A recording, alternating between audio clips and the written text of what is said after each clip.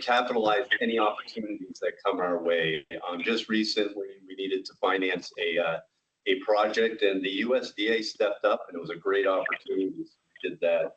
And we also have to be as vigilant as possible looking at our AR, making sure that we're collecting the cash as quickly as we can and collecting it as well as we can. Yeah, and I will just sort of say that, the board and all of us continue to look at expenses.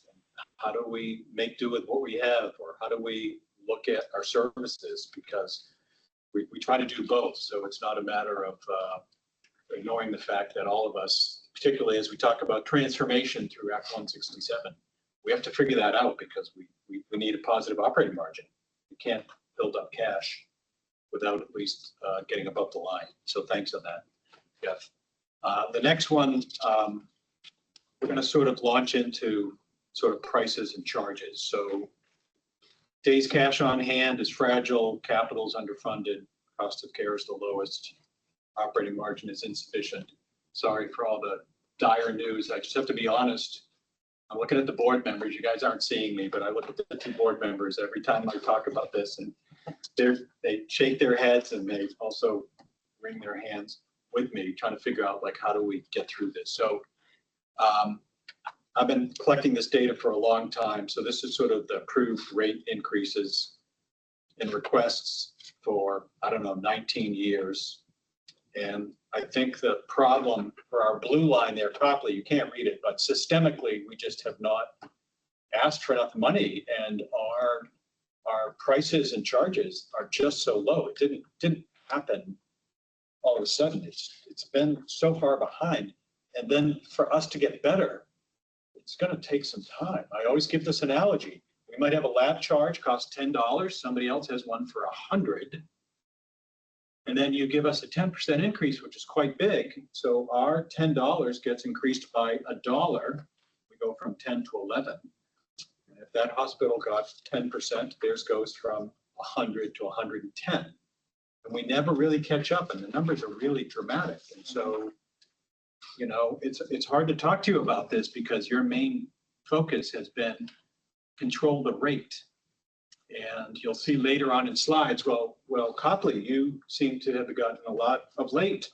You've had the most growth. You're doing really well with your rate increases. Go back to my analogy. Even if I'm at $30 and somebody's at 110, the difference is dramatic. And we've shown you this data, but I just wanted to start with this one. If you look at the next slide, this is our approved rate increases for the past 10 years. And I'm not sure what happened in 2015, 16, 17. I still scratch my head, or 2018, in the sense that the hospital asked for zero, as if we had no increases in pharmaceuticals or our labor cost or anything else. And in fact, you granted us zero, but then in some cases, even, we got cut dramatically. When we asked for zero, we got negative 3.7, negative 3. So I don't know what happened there. I don't know what happened with the communication or how stuff was presented, but it goes way back. So here we are doing the best we can. I really appreciate, and I'm really thankful that folks, the analysts, the Green Mountain Care Board folks, people are really looking at our particular circumstance. And I'm thankful that you gave us a rate adjustment. We were looking for 15% to make $3 million. We got 8%, which actually would have put us to a negative $3 million, which was a $6 million swing. And so I appreciate that. Halfway through, we've got an additional 7, which should get us to zero, and we're hopefully going to be beyond zero. And this is both math and history, and we're as cost effective as we can be. I would love to invite somebody to come to. Any of you want to come see my office? I'm in an old gastroenterologist office that hasn't been renovated in 50 years. He unfortunately became sick and gave up his practice. And I'd love to share with you our boiler room, our IT closets, things that really are in dire need. So next slide. And our presentation last year, This was one of the more salient slides. We have others, and this is showing our, charges, what our prices are for Copley, Vermont average, and then all the hospitals. And it's pretty interesting and dramatic how much we're not even close to average. So if you just take that first blue column and compare it to the green column, the things from last year are true, CT of the abdomen and pelvis without contrast, second one from the bottom, 74176. We now charge about 1,900, 1,899, and the highest is around 6,500. So those are real numbers. That's not like $40 a piece. That's $4,200 more for a test that should cost $2,000. They're going to pay $6,500. So when we talk about fairness and balance and justice, it's hard when you're starting off with a foundation of payment that is so dramatically different. And again, we've given you these examples last year. Some of them are 900% more expensive, 700%. We're pretty much always on the bottom or second to the bottom. Next slide. Jeff's going to go over this. Jeff always looks at it and checks himself, does different methodologies to say, does this still stand true? Are we looking at it correctly? So I appreciate this is a slide he wants to sort of talk about. So when we take a look at our overall 2021, when we kind of started looking to try to get to average for Copley, we were the lowest as compared to the other Vermont hospitals. To get to the second lowest in 2021, we would have had to have a rate increase of 19%. And to get to the Vermont average in 2021, that would have been a rate increase of 44%. The next columns over represent the 2024, and I do want to, communicate that this data does include the mid-year rate increase that we got, and it's demonstrating that we're getting better. Instead of being the lowest, we're actually now the second lowest. The lowest being 4% behind us. And to get to Vermont average, we went from 44% in 21 to now only needed to get to 31%.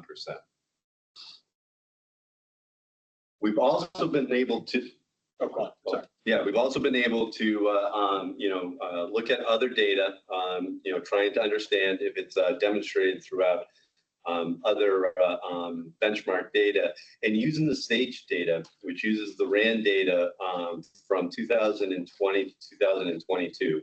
This data looked at the commercial rate as a percent of Medicare, or the hospital price is X% of Medicare. The next slides, I'm not expecting anybody to read, but this is a demonstration of all the critical access hospitals. Copley is 144%. And the range of CAH hospitals go from Springfield at 158% to North Country at 265%.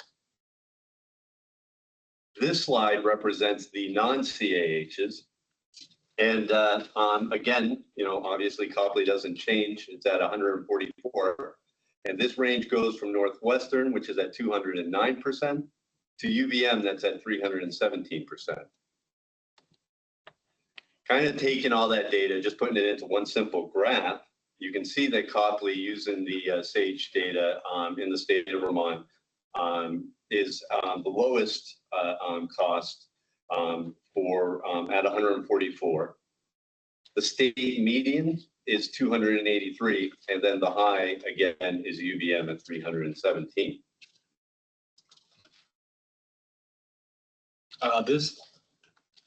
This is somewhat of an old chart. Green Mountain Care Board used to do this chart regularly. I know some people loved it. It's kind of like going back to that, issue of too much data and information.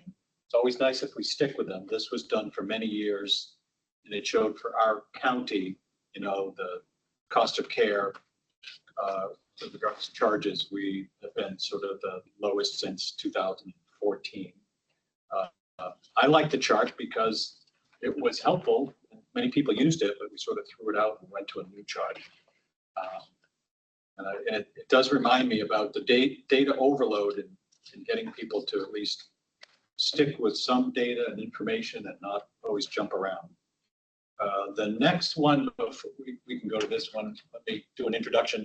So when we look at how hard we work and our charges, as opposed to the percent of rate increase that you grant us, which we really appreciate and desperately need. But somebody said to me, and that's a good point, well, on the commercial side, which everybody in Vermont needs the commercial side to break even and make some money. You're not going to get it on the Medicaid side. You're not going to get it on the Medicare side. We break even with Medicare. So the commercial side is really important. Good criticism. It's like, well, you only have the charges, but that doesn't help because individual hospitals have contractual arrangements with Blue Cross or, you know, MVP or Cigna. And so you don't really know ultimately what that gets paid. And Jeff and I talked about this. For some reason, Jeff found this information. I'm a little surprised I didn't know it in terms of, and it's in the same format of the previous about like, well, what are your charges? How much do you charge for, you know, whether it's an appendectomy or some lab work, you know, or an ER visit. And so this, Jeff has this data and I'm like happy to confirm once again that Copley, even when you look at the commercial contractual arrangements, we're still like really, really low. So it's not like, oh, well, you might be getting paid a lot more because the insurance company, they're like, no, we're not. So Jeff's going to walk through a couple of these and some examples. Yeah, so the next three slides, I'm not going to spend much time on the actual charts because it is quite small, but we've got, you know, Blue Cross, Cigna, and MVP. But basically in 2021, Medicare required hospitals, all hospitals, to post on their website a file that they called a machine readable file. This file represents all our charge master item numbers. And using this, they told you that you needed to demonstrate your gross charge as well as the contracted rate that you got from the payers. So being able to get in this data, looking at this data, we're able to display it. Again, like the previous charts that Joe showed you with gross charges, the blue column is us. If the column is green, that indicates that that Copley is lower. And if the column is red, that means that Copley is higher. And overall, you can see that the majority of the columns are green. The stars on the side just represent that Copley is actually the lowest reimbursed in the state of Vermont. And so taking that data and kind of looking at some high level items. If I were to take from the Blue Cross Blue Shield reimbursed file and looked at 87088, which is a urine bacteria culture, the state average overall gets reimbursed about $66, which is 144% higher than our rate of $27.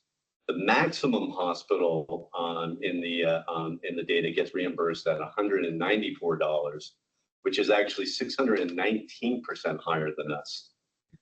The other one that I'll look at is the 87088. This is a culture aerobic. The payer MVP, Copley gets $44 reimbursed. The state average is getting reimbursed about $126 or 186% higher. The maximum hospital in the study actually got $232, which is 427% higher than us. Kind of taking this data and just doing a little bit of an exercise, I went out and grabbed some volume information. I was looking specifically at a very common item number. That's 99283. This is a level 3 ED stay. I looked at the Blue Cross data. I took the volume for this hospital and then figured out, you know, estimated what their level 3 visits were, and then applied a percent for Blue Cross. So that came up to be about 3,777 visits. I then looked at what that hospital would have gotten if they got paid at Copley's rate, and that would have been $1,419,984. But using the hospital M rate, that hospital actually is getting reimbursed $4,448,781. It's a difference of $3 million, basically $3 million they're getting more for the same procedure that we're doing. Great. So,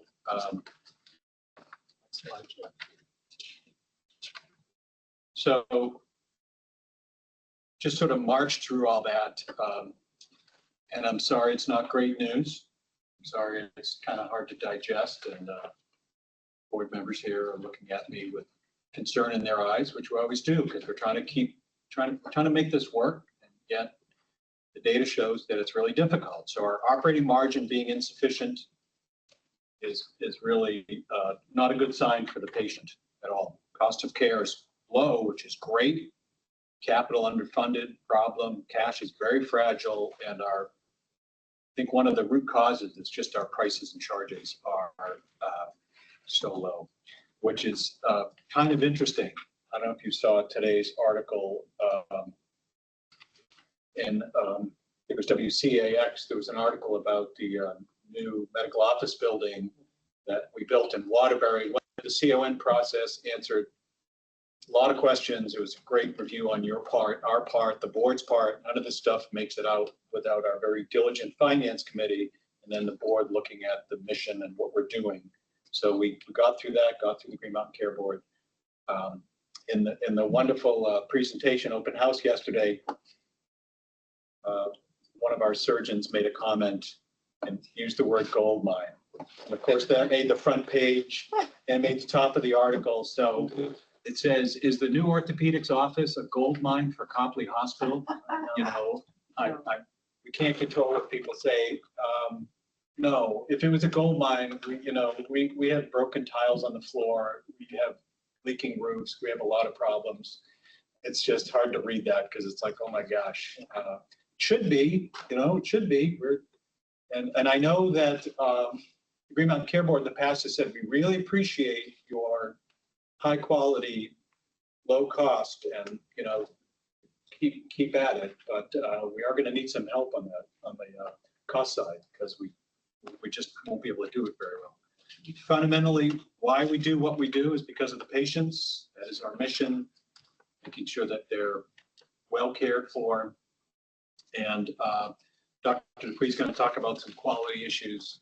First, wanted to just share this one sort of quote that I got. I kind of like it, when you talk about quality. The safety aspect, avoid harm to patients during their medical treatment.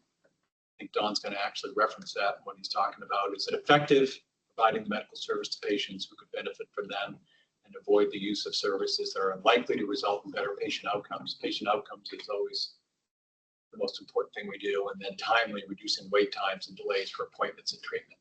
Some people have said to us, you're such a low-cost provider. That's great. We should send you more care.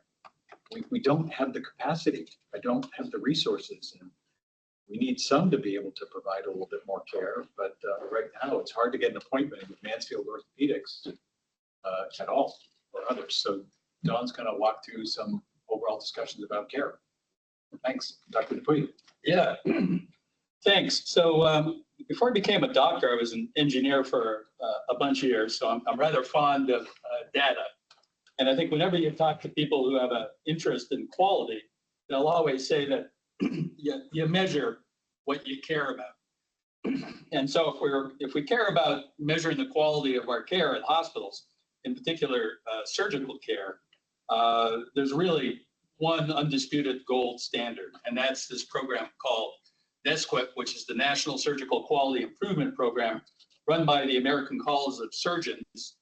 It was started about 25 years ago now, when the VA system was not really a great place to get medical care, and they wanted to improve it. And the first thing they did is they decided they had to be able to measure quality to know whether any of the changes they made helped. And so they developed this NSQIP program, which actually measured the quality of outcomes from the surgeries, and it helped the VA system improve quite a bit.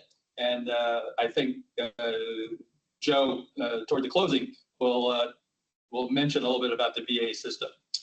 So surgical outcomes, really, there are two ways of thinking about it. One is the success of the surgery.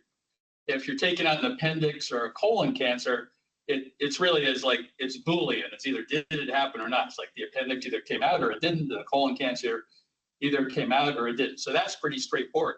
If you're improving, if you're giving someone a new knee, success is a little bit more on a spectrum, because maybe they can ride their bike and they can ski again with their new knee, but maybe they can't do that. But maybe they can still go take their dog for a walk.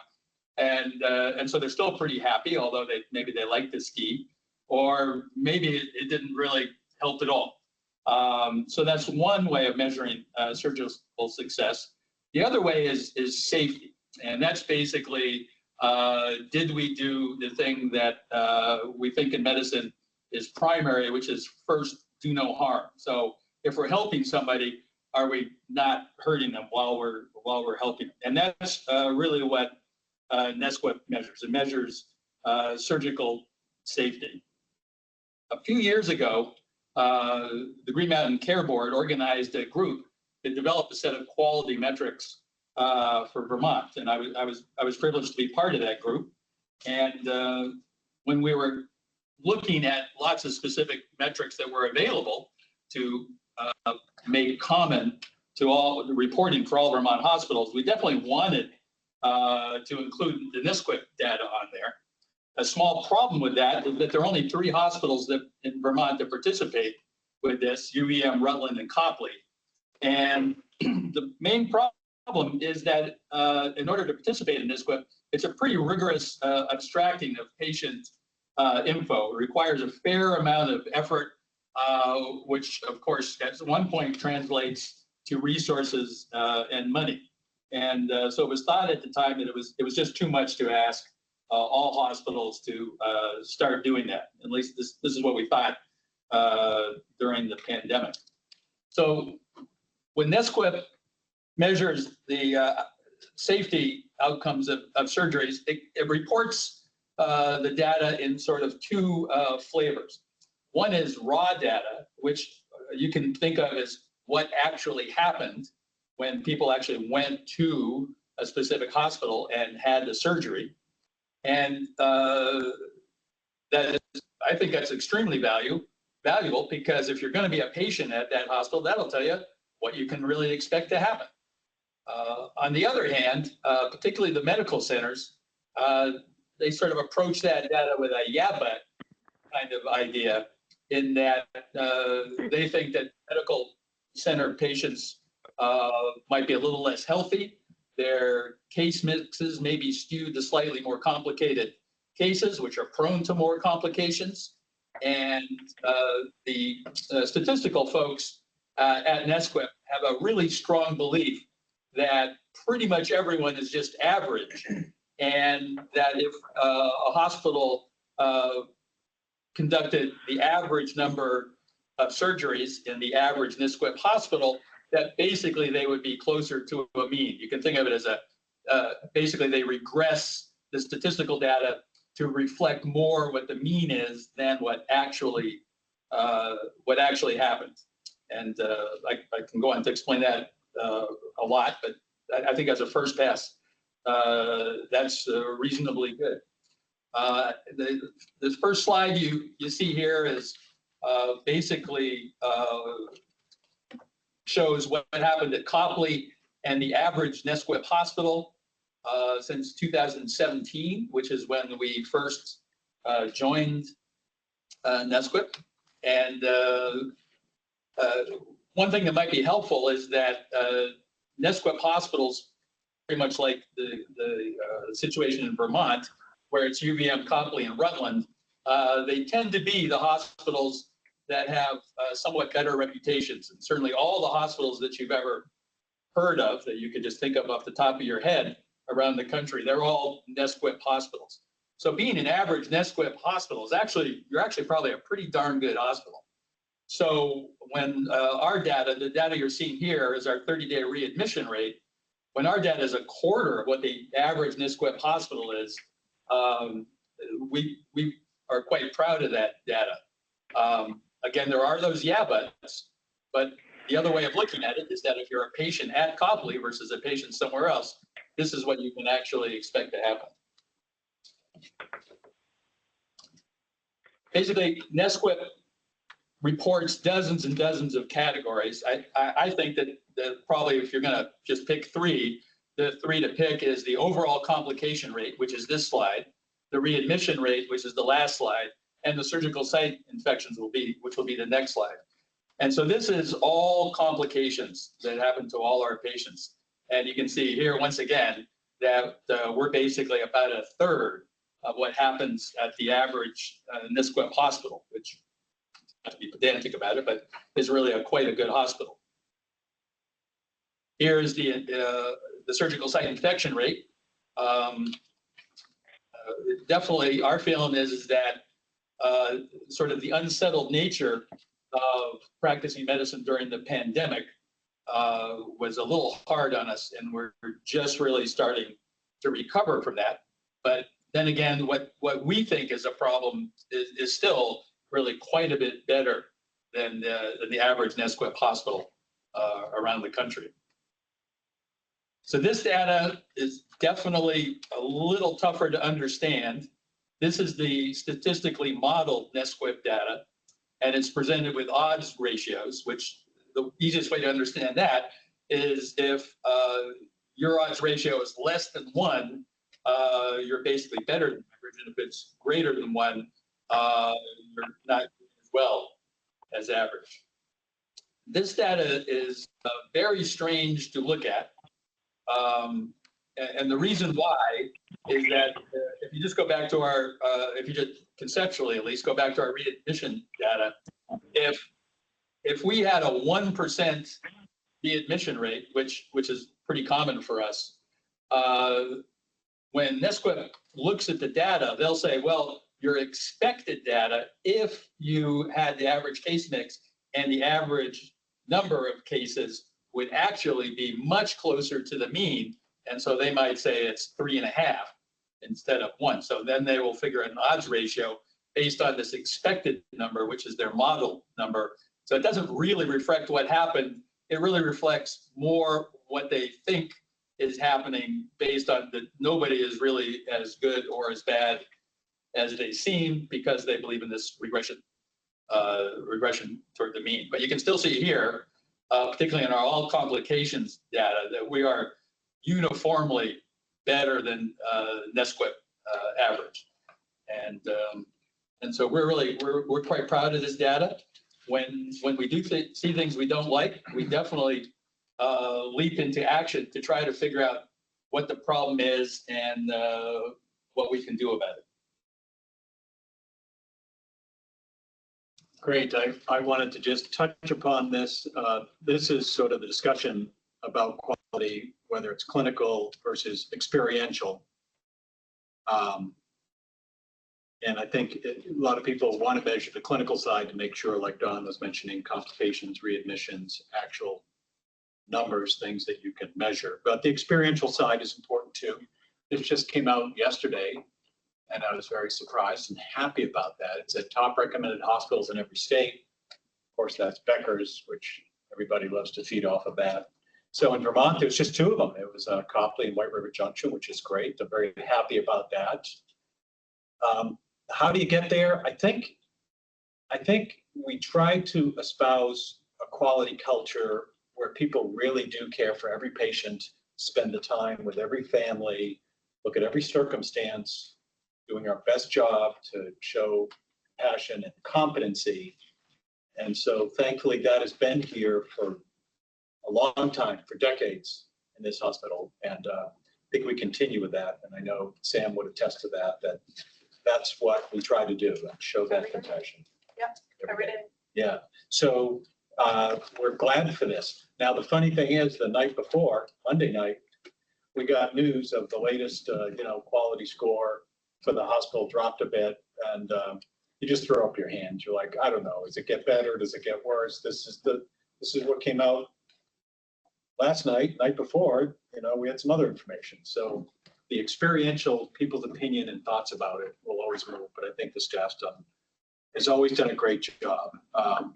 And when we talk about quality and access, there's many things we're very good at. I think orthopedics is one of those. The spillover effect for us also being great in all surgery items because of our staff, their competency, whether it's general surgery or GYN surgery, et cetera, et cetera. So we're very thankful and happy for that. I want to go back to that comment of one of our best surgeons on staff who made reference to the gold new facility. In that presentation, there's a lot of people there. It was great. We did a ribbon cutting.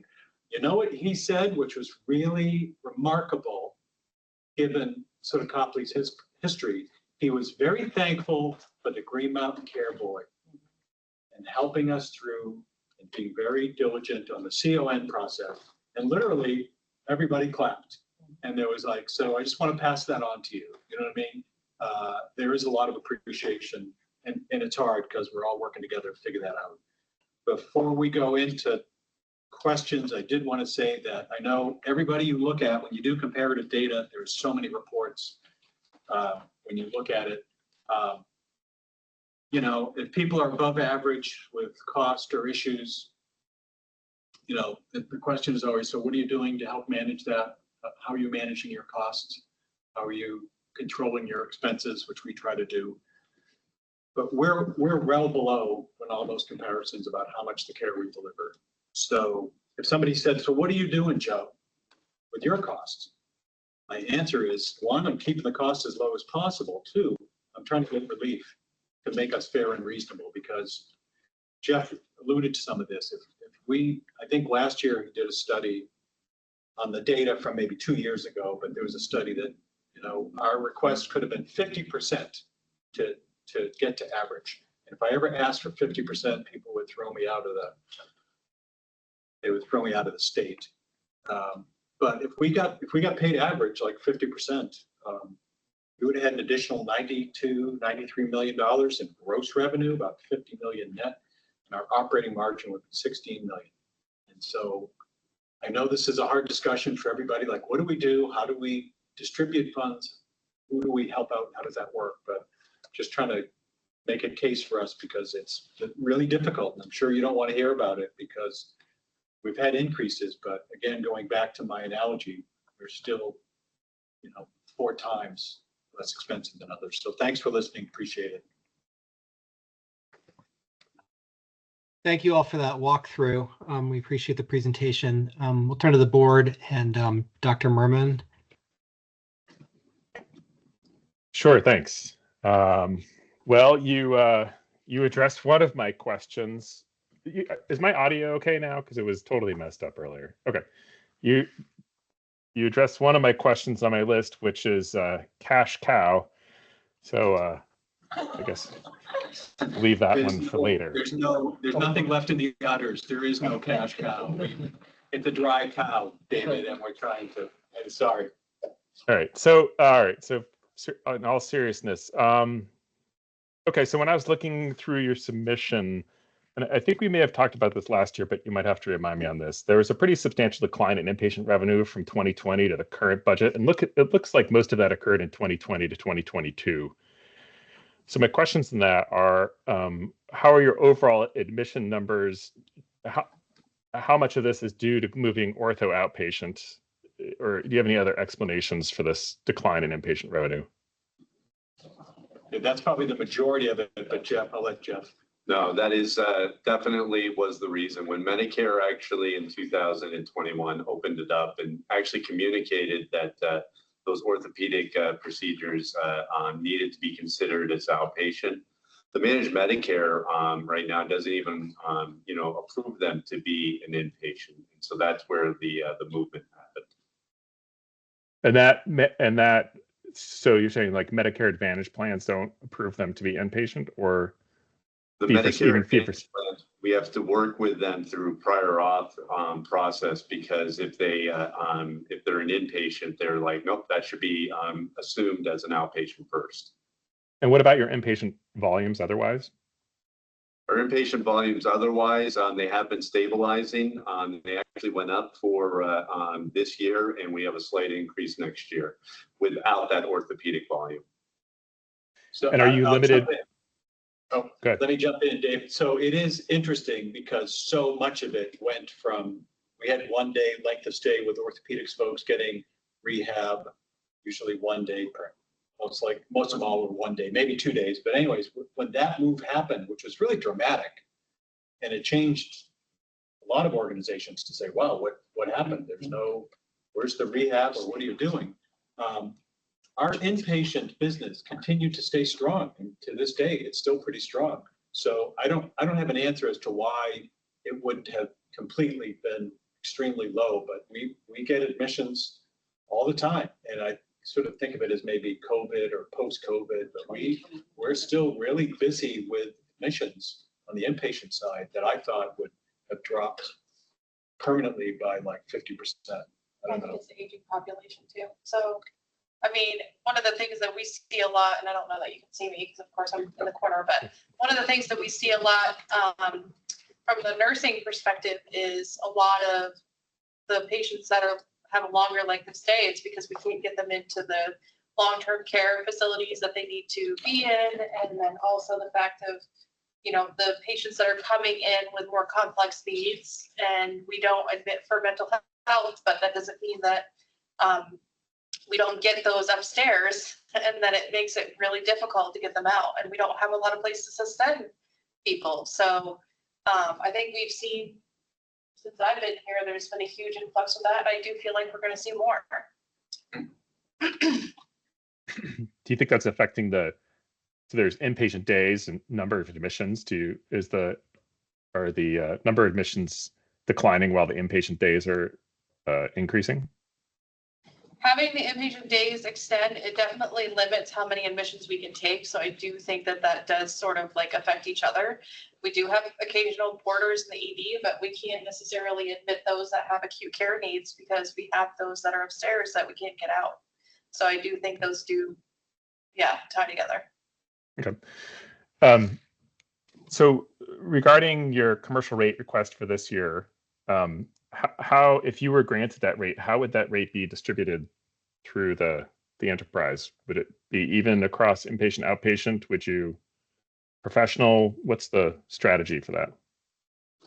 Well, you know, our first thing that we do with the rate increases, we do look at it as an average increase.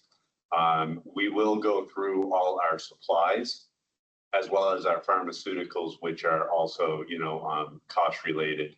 And we'll make sure that we're not charging less of. So we make sure that, those are all set. And then we look at it as a weighted average. We would give the weighted average to our inpatient and to our outpatient.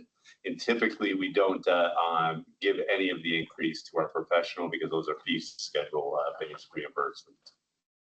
So when you say a weighted average, would you give the same weight to inpatient and outpatient, or would you give a different weight to inpatient versus outpatient? We would give different weights. We would take a look at, the individual item and assess it and give it so that we overall come out with the weighted average. So different. So can I jump in, David? Sure. So I think historically there's always been the goal of your net patient revenue with the rate increase sort of dialing it in, as opposed to saying if you've got a 3% increase, it's just 3% across the board for any and all services. That discussion came up in the past year, I think, with some of the budget orders. And so I think everybody is trying to figure that out, Dr. Merman. I'm aware of what's been done because I've worked in 4 hospitals in Vermont. So it's a complicated subject of which you might get some differing opinion about that. So you're touching upon a really complicated issue. Yeah, I think last year we tried to work towards standardizing this issue substantially, and it sounds like there's more work to be done. So with the rate that you were given last year, how did the weights end up for that, inpatient versus outpatient? Off the top of my head, we have the study, but I don't have that in front of me. But, they weren't the same. It wasn't applied equally to the inpatient items as well as to the outpatient items. And which do you think was preferenced in that distribution?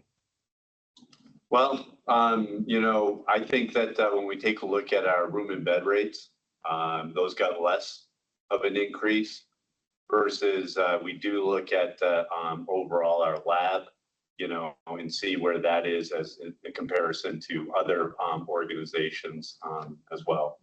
And so the outpatient probably would have been a heavier increase. So when we look at the RAND data, when I prefer to look at the RAND data in the standardized prices versus the percent of Medicare when looking at critical access hospitals, because critical access hospitals Medicare is paid differently, so that the proportion, the percentage of a different payment is hard to compare to each other. And so when I look at the RAND prices, which what I looked at is in the standardized price, and I can send you this so that it's easier. For your inpatient, you're in the kind of in the second decile nationally. But for your outpatient, you're in the sixth decile. And so part of what I'm trying to get at is understanding, clearly you're a very low cost inpatient hospital, and a lot of the items that you picked out, you're very low cost, but it appears from this that there's also from a price standpoint, you're a little above average for the outpatient stuff. Now that's nationally. And we see this trend a lot in Vermont hospitals, that the inpatient commercial prices are quite low compared to the outpatient prices. And I was looking at your revenue and saw, oh, wow, looked like 24 projected, you're at $83 million of outpatient revenue and $11 million of inpatient revenue. So I'm trying to figure out how you think about sort of the future of your inpatient facility if you have really low prices in the inpatient facility and are effectively struggling to pay the bills on the inpatient facility. So I guess with all that backdrop, how do you view your inpatient facilities moving forward?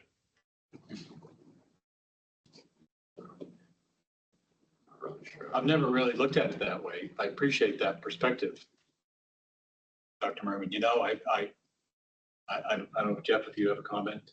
I would have to take a look at the data that you actually were looking at. I'd love to see it. Yeah, I guess so. I guess a different thing to ask would be, do you have a similar chart? We had your bed day in there, but do you have a similar chart comparing Copley's outpatient? I mean, we know that orthopedics is a big strength for Copley, and great service for the state and the community. And overall, we think it's probably low cost, but it's hard to tell because of how different things are priced differentially. So do you have a chart for Copley's orthopedic procedures compared to other hospitals in Vermont, knowing that's such a big revenue generator for you? Yeah. So actually, with that, we do have, a chart. I don't have it on me. I can definitely supply it. It was in our CON. That was one of the CON questions. So as we were going ahead to build that, one of the things they wanted to understand is our overall charges for an orthopedic procedure versus the rest of the state, because, as the Green Mountain Care Board, the CON process, they don't want to, see us raise those rates. And those rates actually demonstrated that our orthopedics were well below the Vermont average. I don't think there was one organization that was lower than us when we took a look at that.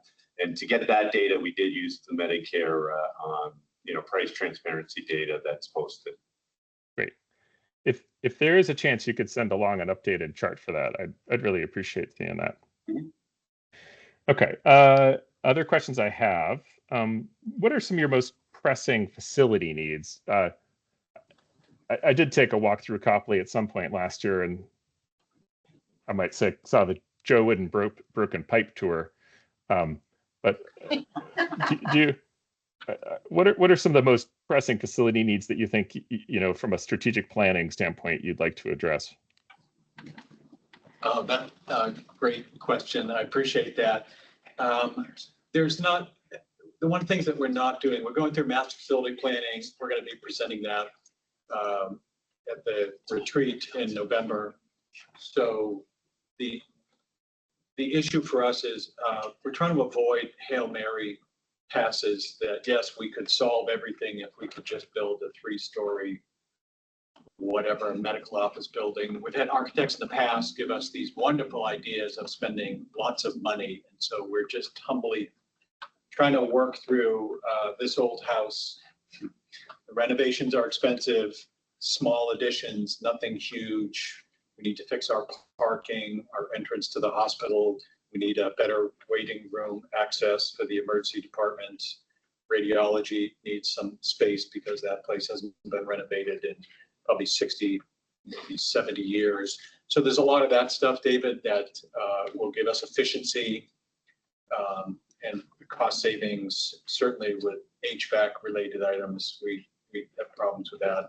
None of it is, I don't have a Hail Mary because I can't find it within me to spend that much money and solve one thing. I've been in a lot of hospitals where they'll build this wonderful new huge addition, and then the rest of the hospital looks like it's a third world country, and they just have 2 worlds there. So we're trying to figure it out. But so it's clinical services. So when people say, well, we'd love to send more orthopedics your way, we're trying to work on maybe we're working on an additional OR, possibly a second procedure room. We're looking at clinic space like we have in Waterbury. So we try to consider those things because the demand for the clinical services, Orthopedics Plus, is really significantly there and continues to be a driver. So we're trying to meet that demand. I know there are other specialties that people come to us for. I know Dr. Dupuy does a lot of sophisticated hernia work, as well as some other things that we do that is a little bit noteworthy. So surgery is one of those areas, and and people would say, which is interesting, we got an MRI finally. We had the oldest MRI in the state, mobile in the back, attached to the hospital through rehab, which was really difficult. But anyways, we got a new MRI, and somebody said, the tour was like 2 years ago. We got it maybe 1.5 years or 2 years. Somebody said, well, the prices are going to go up to help pay for the new MRI. And it's interesting, the prices don't go up. We don't operate that way. So that's kind of something that people don't appreciate. Like, because we put in an MRI, it's not like, oh, we're going to raise the prices on the MRI because we put that in. We try to manage everything long-term and not that people think that we're spending money on just one service. It's a good question. I don't have a great response that is attractive or exciting. Sorry. Well, maybe we can, after your retreat, maybe next year's budget hearing, we'll see more of your strategic plan for facilities. Yeah. Yes, you will. One other thing I saw was there was a fairly large 2-year increase from about 1.5 million to 2.5 million in MD benefits.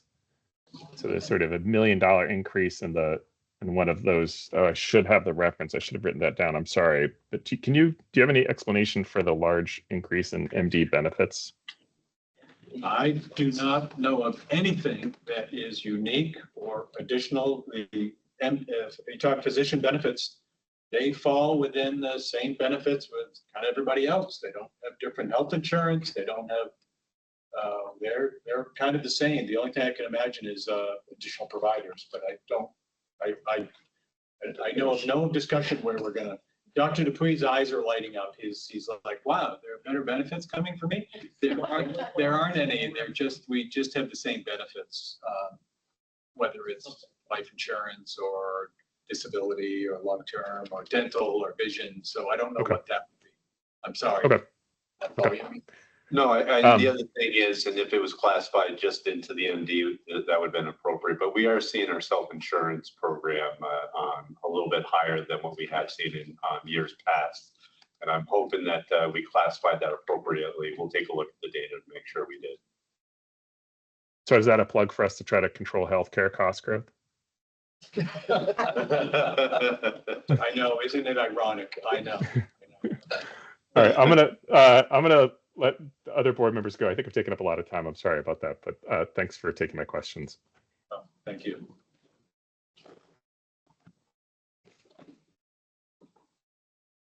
All right. Shall I jump in here, Chair Foster?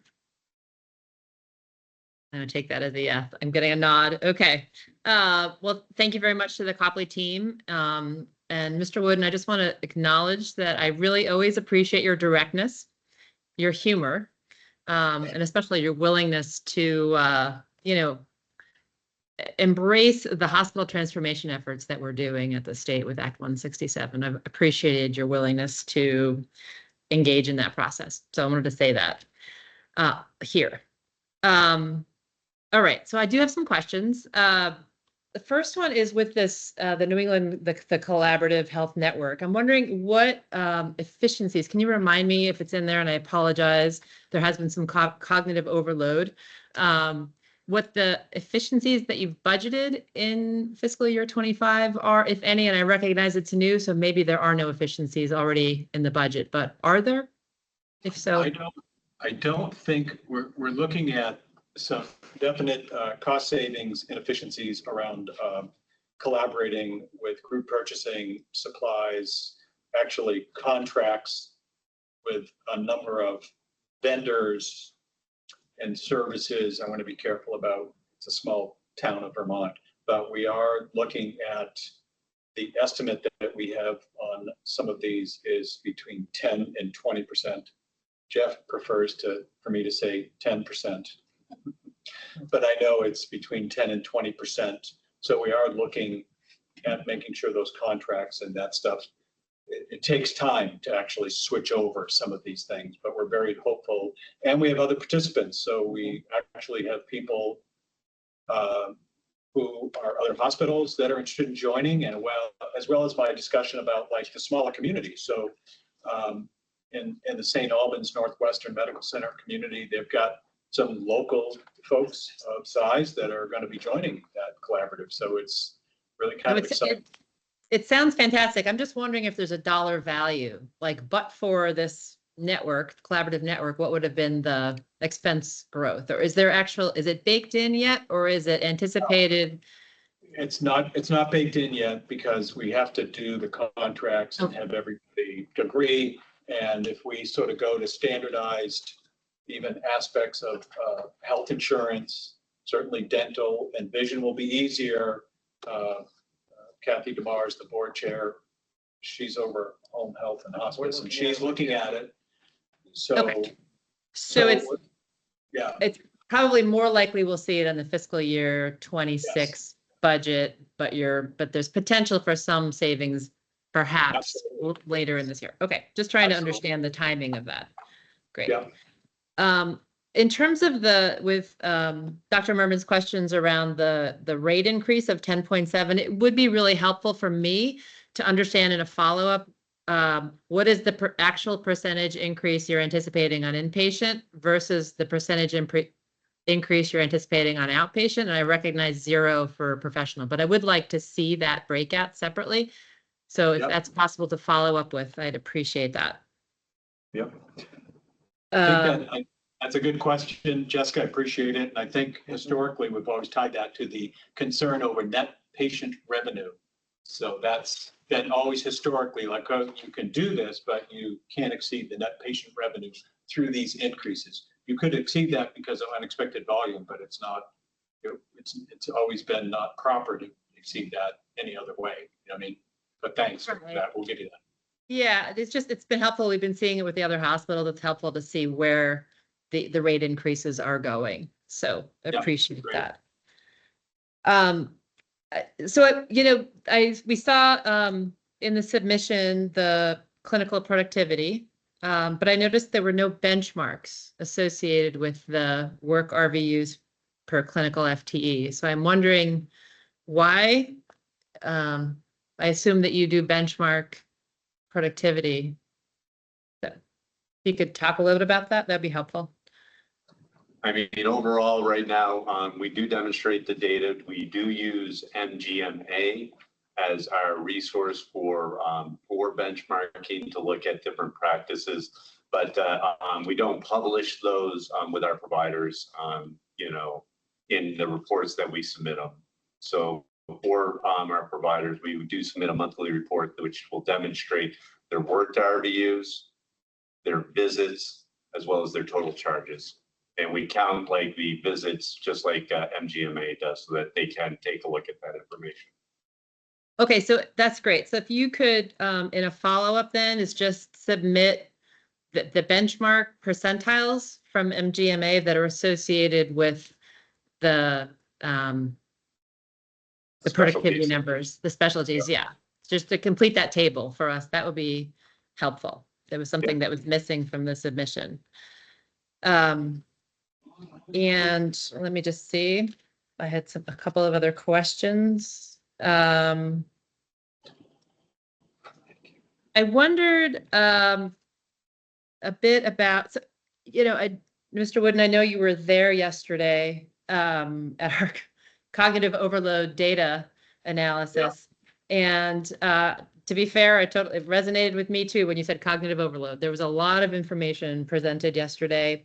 And, you know, I appreciate, I'm going to ask you a question and I'm going to appreciate your insight because you have been a leader at several hospitals across the country and here in Vermont. And there was some discussion yesterday about efficient hospitals being able to manage to Medicare. And, you know, that was said multiple times yesterday.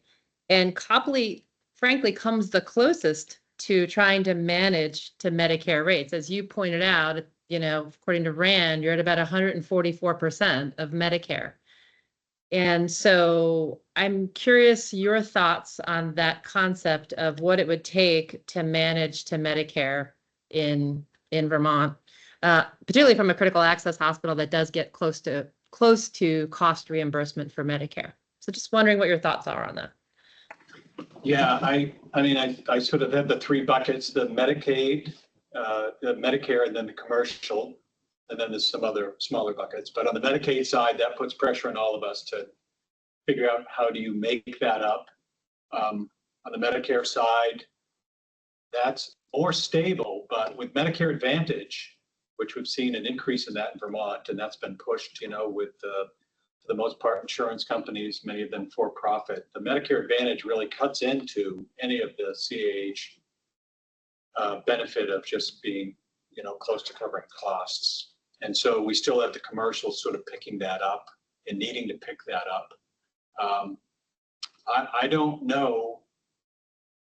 I think there's a constant road of trying to coordinate more care, trying to share services, share staff. We now share cardiologists with Northwest Medical Center. We sent our cardiologist part-time out there to keep costs down. So there's a lot of creative ways of doing it. I don't know how easy it is to manage just to Medicare in the real world, whether you're a CAH or a non-CAH. Some parts of the country, they say Medicare is going to be your greatest payer, and be thankful for that. We're not talking about CAH hospitals. I don't know. I know that usually that you should always get more efficiency with size, right? If there's not an efficiency with size and the amount of lab tests you're doing or the people that you're processing, then that's really curious. Sometimes we've seen studies where you don't see the efficiency with size. And in fact, with size or some networks, prices are more expensive, and it's sort of hard to believe that you would have that negative effect of saying, wow, we're actually not getting efficiency with size. So I don't know, Jessica. You're asking me a really good question. It all sounds really difficult and very hard to sort of manage to that. But we still are under the appropriate gun of figuring it out and being more efficient. In some degrees, though, we're sort of like the government. Sorry, that was an inappropriate comment. Or thank you for like laughing. I said, I like your humor, so it's fine. It's sort of like, I mean, I think healthcare is like the federal government and state government when you're sort of buying hammers for $190 when in fact you can get one at Home Depot for $8. And it's like higher education, which is university and colleges, so healthcare, it is difficult. We don't think out of the box. We're not super creative. I think this change going into outpatient orthopedics has been pretty dramatic. I saw that when I was in Alaska from the California West Coast. They were doing that and the insurance companies were pushing for it. We thought it was very detestable many years ago when they were doing it, but it's actually better for the patient. better recovery. It's sort of like not sitting in a bed for 5 days after giving birth or 2 weeks. It's like you want to get up and move, and it's better for the patient. It's better cost. So you can do both. I think there's a lot of opportunity to save money and provide better quality. Sometimes we go kicking and screaming though. You know what I mean? That's the goal. That's the goal. And hopefully Act 167 gets us closer there, that work. Let me just ask another question about the new medical office building. And I appreciate your comment about the gold mine or not the gold mine. But I would like to understand, there was comment there in that same article about doubling patient capacity, going from 2 providers a day to 5 to 6 providers a day. And I'm wondering if you can break out for us, and I recognize this will be a follow-up question, what is the anticipated increase in net patient revenue and impact on margin for fiscal year 25 from the expansion there? And I recognize that's probably going to be a follow-up question, unless Jeff has it off the top of his head. Well, I'll ask Jeff, but I think like with any of these things, like we do master facility planning dynamically, and we thought about, we've moved some departments, we've done this, and in the process we realized, oh, that was more expensive than we thought, that took too much time, oh, we have another option. I think there's some decompression that Jeff might talk about, and we don't know. You do the best job you can to estimate what's going to happen with volumes and patients and people showing up. We don't know what's going to happen when UVM opens up 6 more ORs. But what was in the budget, Jeff? Yeah, so when we submitted the CON, it was all about decompressing, using our current providers. The comment that they're seeing more patients, if you had an understanding of where the Waterbury Clinic was prior to us moving, it was literally in the house on Main Street in Waterbury. You had to enter it from the back entrance. It was very cramped and tight quarters. We basically now are able to decompress our main office campus up here, Mansfield Orthopedics, and send more providers down there, which is the communication of the procedures, the visits actually increasing. But overall, for our system, we are not seeing like the overall visits increase because we're still using the same, providers. We did, however, budget an increase. We did go from 1 X-ray to 2 X-rays. And so that was an increase in revenue. And I think it came in about 500,000 is what we communicated through the CON. Okay, so there's not going to be a doubling of patient capacity and associated utilization. No, not for Copley as a whole, but for that site specific. It's just going to be a decompression from this main campus. Got it. Okay. I want to give opportunity for other people to ask questions. Thank you so much.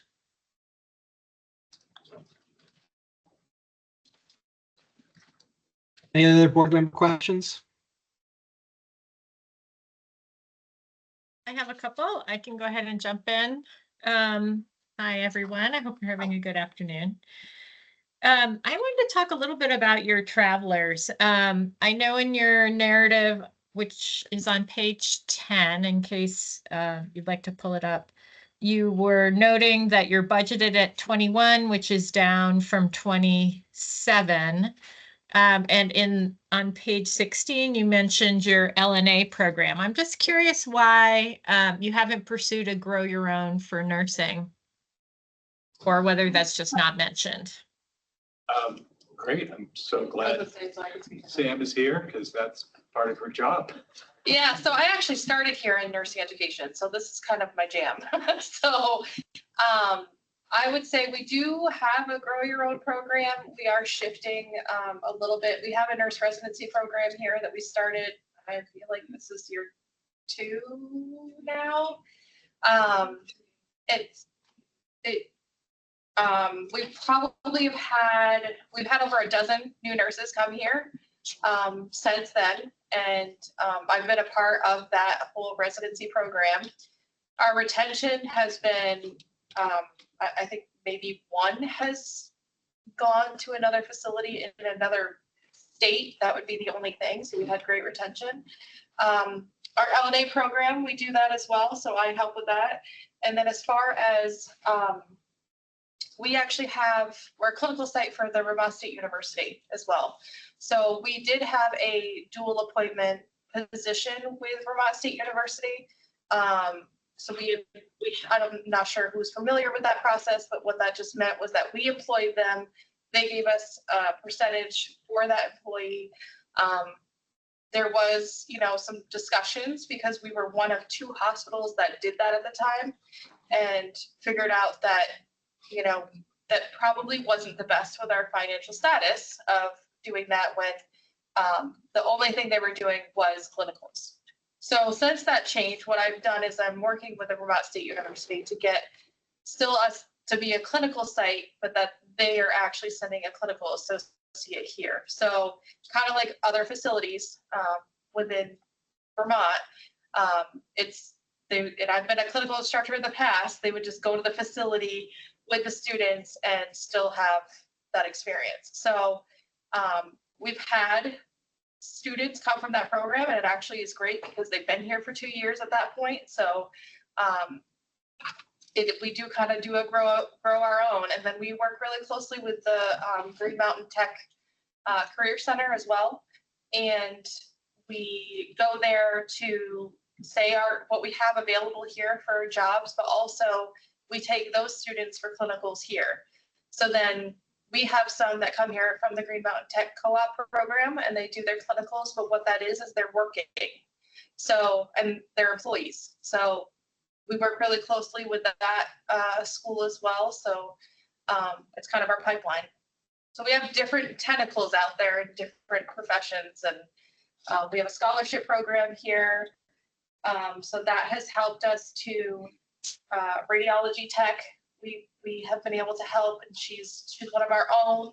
I can't speak to the HR, but I think it was healthcare career pathways that our recruiters worked with CCV with to get staff through. So we have a lot of different pipelines here. Great. It's good to hear a little bit more about it, because it seems like some hospitals have been very, very successful in terms of reducing their travelers. And of course, that is, if you're able to do that, there's many good benefits to that. So it's good to hear a little bit more about those efforts. Do you think those efforts will be successful in reducing your travelers from 27 to 21 and potentially more in the future? I do, and I think that we actually have had sort of like this up and down effect. So with the residency program, we went on med-surg from like 12 travelers to 3. I mean, so you can see there's a shift, and then I think, as far as travelers, it's not just nursing, right? So Sure. We're looking at the fact that other departments might be having an influx with travelers too. So I think there's certain departments that it has worked really well for, so we can take those experiences and we can use them for other departments now. So I do see that will help with the traveler piece. Terrific. Thank you. I'm having trouble locating the exact page, but I believe that I read in your narrative that there was a 34% turnover rate that was mentioned somewhere in there. I wonder if anyone can speak to that. What is the year range? That was the HR. I don't think we had anybody really here on that this time. Yeah, I got it. And if you need a moment, I'm happy to. I think it actually might have been on page 1.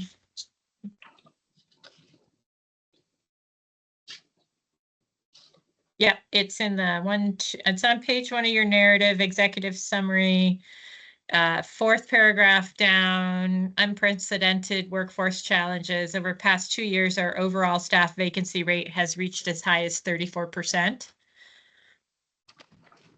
Yeah, I think we'll look into that, Robin, but I think that's vacancy rate as opposed to turnover rate. How many positions are not filled as opposed to staff taking jobs and quitting and turning over. So I think that's a vacancy rate, but I can check on that. Okay. Yep. No, it does say, I might have misspoke. It does say staff vacancy rate. Yeah. Can you speak to can you give some color commentary on that vacancy rate and what are some of the challenges to attracting staff? Oh, well, I guess I'm going to wax and wane philosophical about what happened during the COVID years. Uh-huh. So those 3 to 4 years, I think, changed a lot in the country. Expectations, YOLO, you only live once. I mean, it was an exhausting 3-year period of time. I think at the height of it, some of the nurses were making more money than a primary care doctor who went through all the education and residency. We were at the height of it. Some people were paying in excess of $200 an hour. So I do know that that was exhausting and difficult. I was asked the other day about this in a meeting, and they said, so what's your thoughts about this and how are things going because of how wild things were? I will tell you this, there was no such thing as a traveler in the lab. Didn't even exist. A traveler in radiology, maybe it was mainly nursing. Because it was COVID, the entire industry absorbed laboratory techs that went to pharmaceutical companies as well as to the government to do COVID testing. And I lived it. It was insane to go from little to no problems. No one even knew what a traveler in the lab was, and we needed traveler techs in the lab. So my only encouragement of late is that when I look at my email and the amount of spam that I currently get from traveling labor companies, both for doctors, but nurses and all sorts of techs, of the past 6 to 9 months, I am giddy with the fact that my spam is almost back to normal. And I have people advertising. They literally give you names. Hey, we have Bob and Sally. Here's their credentials. We didn't see anything for a couple of years, and it was super scary. So I think the world is settling down. I think people are realizing that there's not as many opportunities. I think folks are finally like, okay, I got to get a job. I can't keep moving around. So I think hopefully, Robin, it's getting better. For us, housing is a problem, which is true for others. We've been trying to address housing to make it easy for somebody to come from North Carolina. We had travelers that actually couldn't even stay because they couldn't get housing. They ended up in a Stowe motel. And we had some cases where they had to leave and said, I can't even get any housing. And the other thing is childcare. So the two things that we know as a benefit competitively for us in our community is certainly housing, transitional housing, people from either other communities, countries, other states, as well as childcare, because a lot of these are younger people, and you don't have childcare. Can you imagine how difficult it is to figure out the quality of childcare in Vermont? You know, on the edge of the Northeast Kingdom, it's really a problem. So we've talked about it a lot on the board. We don't have the money. You know, we wish we could solve it, but we don't have any money to even address it very well. So. Great, thank you. Oh, sorry. I was just going to say I could speak to the nursing union piece, which when we just resolved our negotiations, you know, in 3 days here, and we settled and we have a great relationship with them, but then hearing UVM have that huge nursing increase makes it a little bit difficult for us too when, you know, that's something that we have great quality, but they're paying a percentage more, so. Yeah. We've certainly heard that in prior years about how the wages are quite competitive among hospitals. So the last question is something that I'm interested in hearing from all hospitals about a little bit. It's interesting to get your numbers around the borders. But what I'm curious about is if you have data where you can parse the reasons for the boarding and or the types of patients that are boarding, as well as whether there's a payer mix difference among the boarders versus your general hospital. And we certainly heard from the first hospital today that information is, people have sort of a sense they didn't have easy to collect data, but I was curious what the situation was for you. So first, if I may, and then I'm going to hand it off, is our EMR right now doesn't collect that information. So it would be more of a hypothetical. And with that, I'll go to, Sam to finish the answer. Yeah, so we have two different kinds of borders, and actually when Jeff was asking me questions about this, we were talking about two different ways. So we have our mental health, holds, which are considered borders here. And then we have that we can't get upstairs because typically it's real estate issues, which we just don't have the space. And so for the those that we're holding down in the ED and we're looking for placement for mental health reasons, again, I think both of these situations, we're looking for placement. It's difficult to do that in a small, in any facility, but in a small hospital. For those that are in the ED for mental health hold,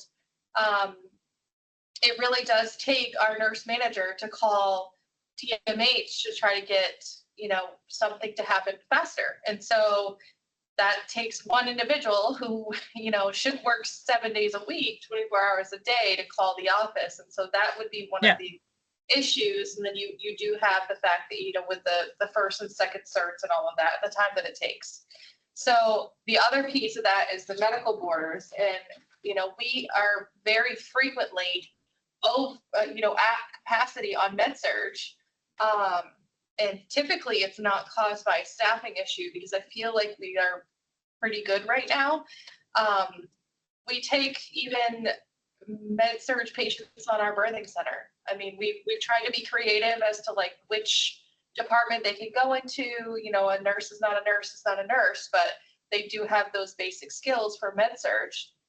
Training had to happen, competencies had to happen, but we do try to get them up as much as we can. I don't have a number, but I will say it's a couple, maybe every other week we have a couple in the ED, and we try as best as we can to get them out, but sometimes that doesn't happen. Okay, thank you. I think that's all I have. Thanks very much. Any other board member questions?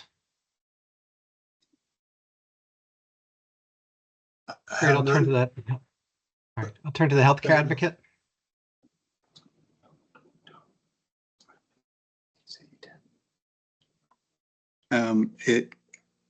Member Walsh, were you trying to jump in?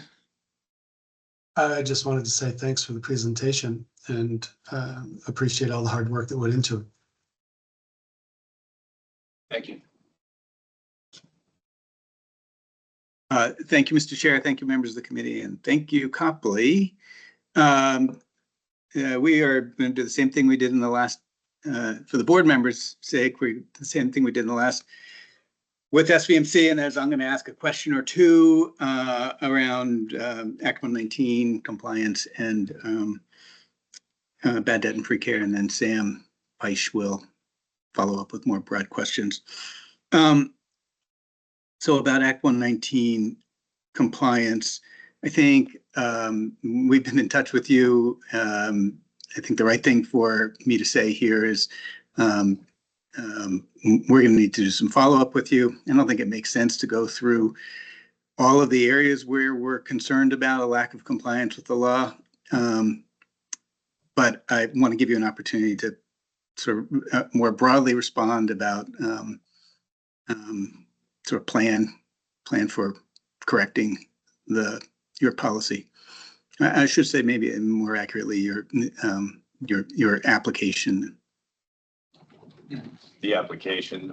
So the application, we look to you. You've offered us, help, and Colin, let us know what we need to do, and we'll work on, getting that updated. I believe the application, unfortunately, was still the old application. So we did have the plain language out there. We now have the actual policy out there, but I don't believe the application was updated. So we're working on that. So we look for you to help us. We'll be totally open, understanding what we need to do to get in line. Yeah, thanks. We have been happy to engage with all hospitals on this, and are happy to continue to engage with you. All right, I think enough said on that. I also do want to just call your attention to, the last full year data on your ratio of bad debt to free care. Your for every dollar of free care you gave out in 23, you had $4, a little over $4.50 of bad debt or medical debt. When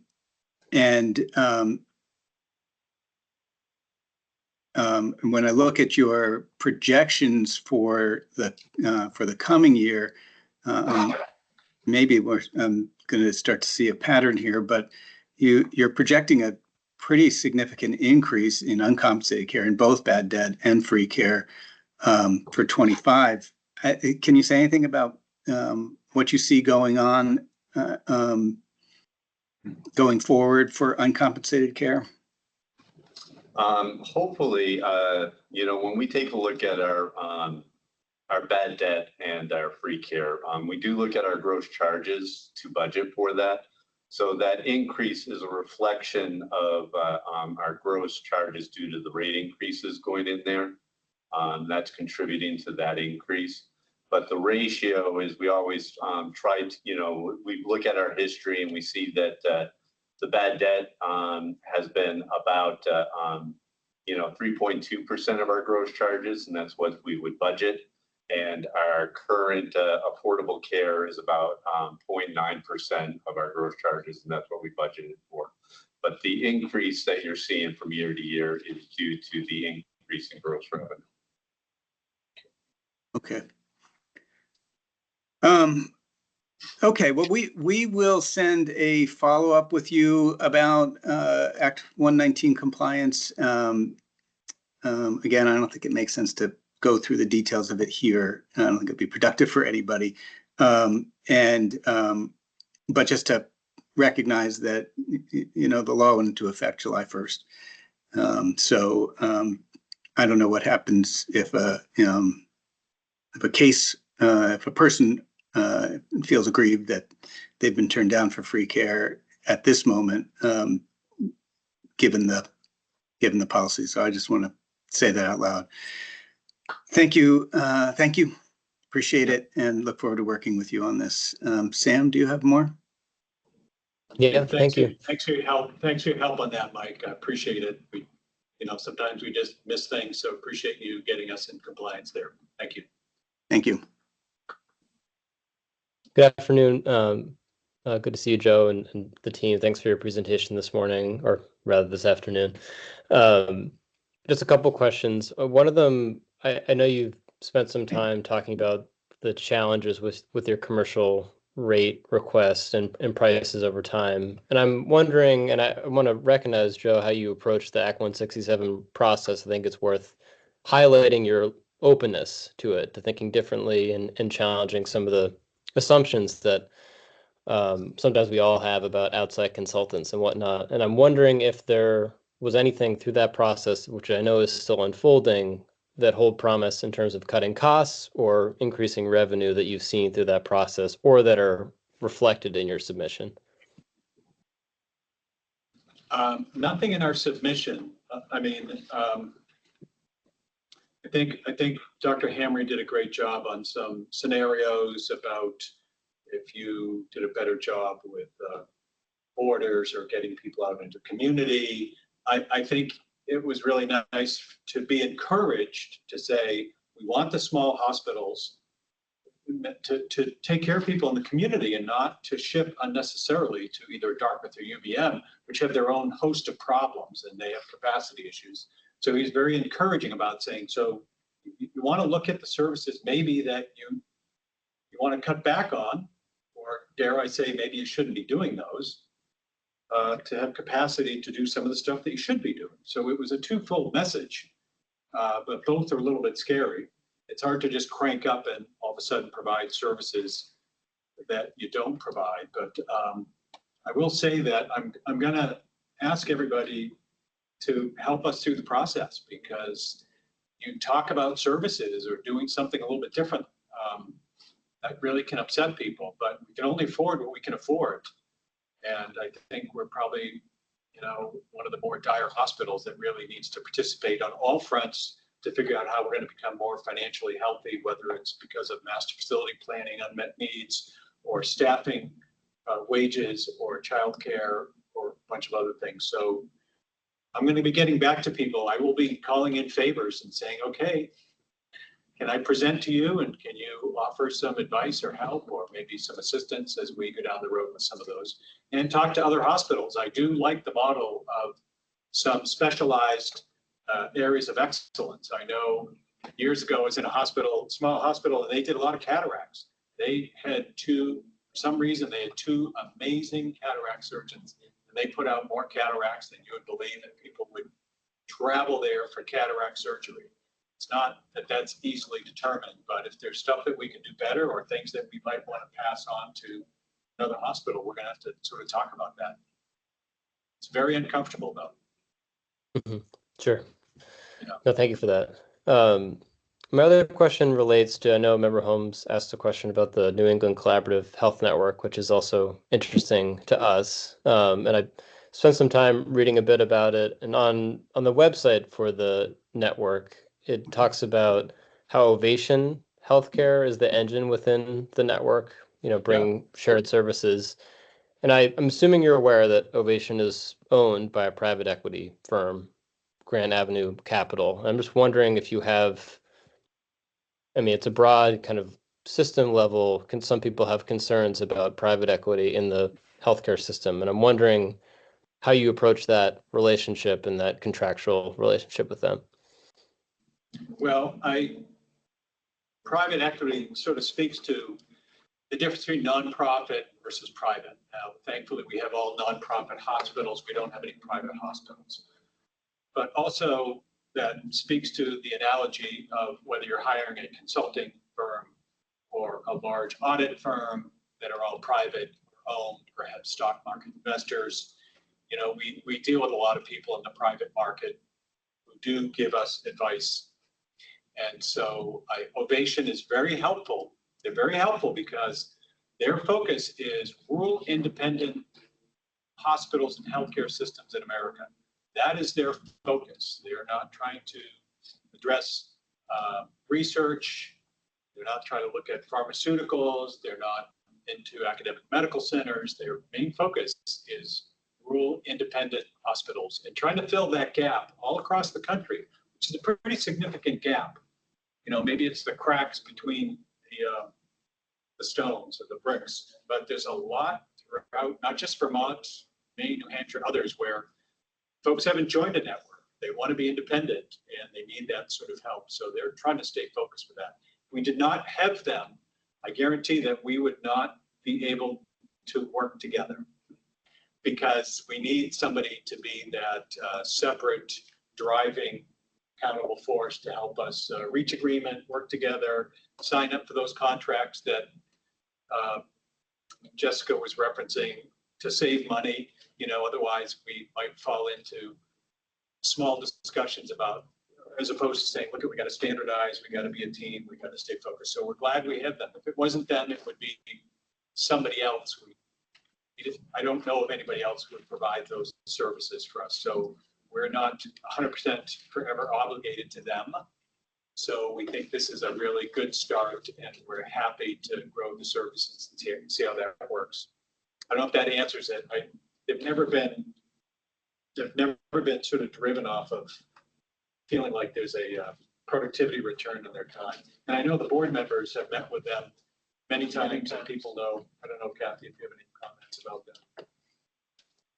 Ovation, we've dealt with them on several different issues. I think they've been sort of the engine that kept going for us. We don't have the internal manpower, I don't think, anybody, to make sure the contracts are signed, to gather the information, and we've needed them to get to this point. So obviously, to me, the work they've been doing has worked to get us here. And it's not just the hospitals, it's myself as a home health agency. We're also looking, we're part of this collaborative also, and we're looking at health insurance rates and things. So they're helping all of us to potentially save money in healthcare. So I've been very impressed with them.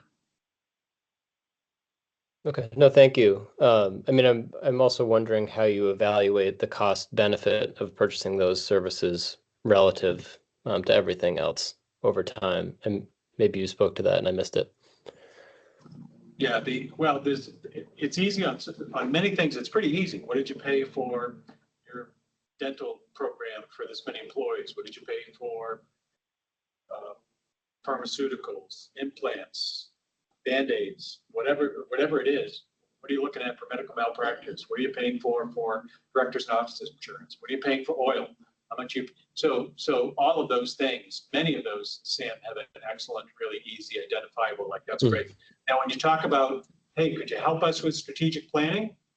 Well, that's a little bit harder. We could actually pay somebody as a private consultant, like Bruce Hammery, to help us with strategic planning. We get 2 estimates or something like that, or helping us with master facility planning, as I said, strategic planning. So some of those with regards to education, the board members, aspects of medical staff leadership, those are a little harder to measure. I mean, you could sort of compare them, but much of this is easy to measure.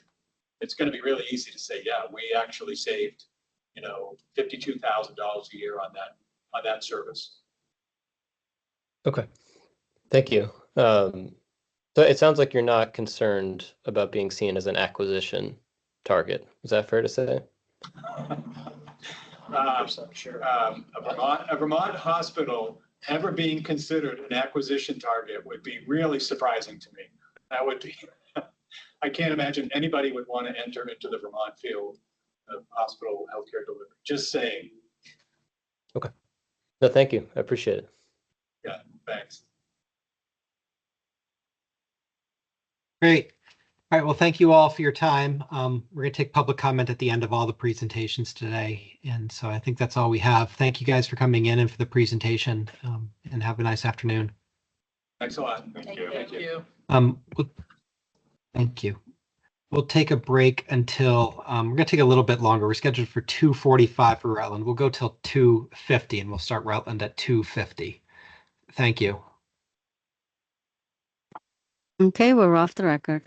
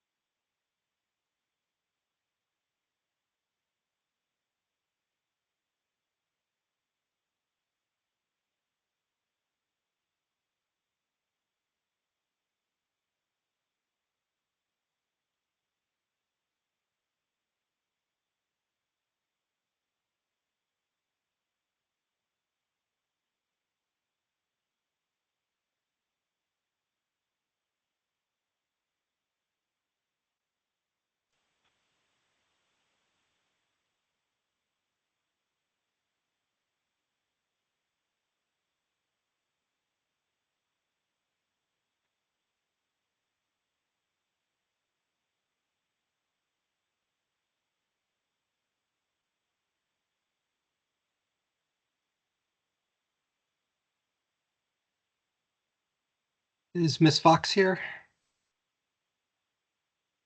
Yes. Good afternoon. Hey, how are you? Do you have everyone from your team here?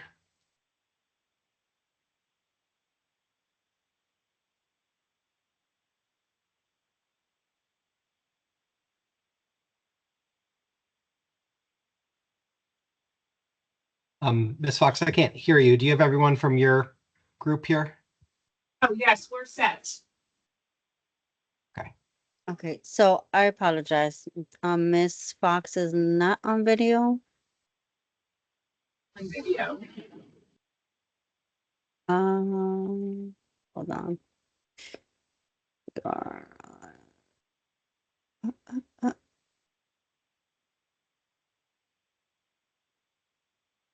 Can you see us?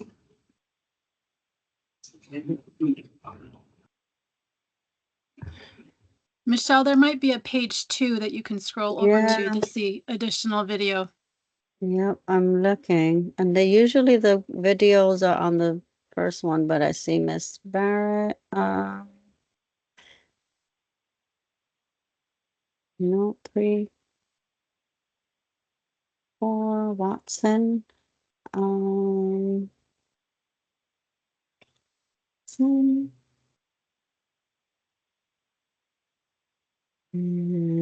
Okay, all the way at the end. All right. That's fine. Rudy. Ms. Fox, why don't we, before we go on the record, why don't you each introduce yourselves so that Michelle knows who you are and we know who's speaking? Yeah. I'm trying to.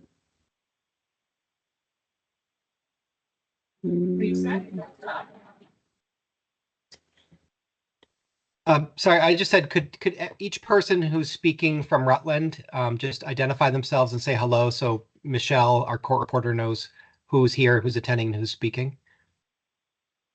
I'm Judy Fox. I am the CEO of Rutland Regional Medical Center. I'm Jennifer Bertrand. I'm the CFO at Rutland Regional Medical Center. Perfect. I'm Kelly Watson. I'm the CNO at Rutland Regional Medical Center. Okay, let me see. Videos. Oh. And I'm Mitch Baruti. I'm the Vice President and Chief Legal Officer at Rutland Regional Medical Center. Okay, I'm just trying to get everybody on one page together. That way I'm not scrolling through all these pages, which I don't know why it's not doing that anymore.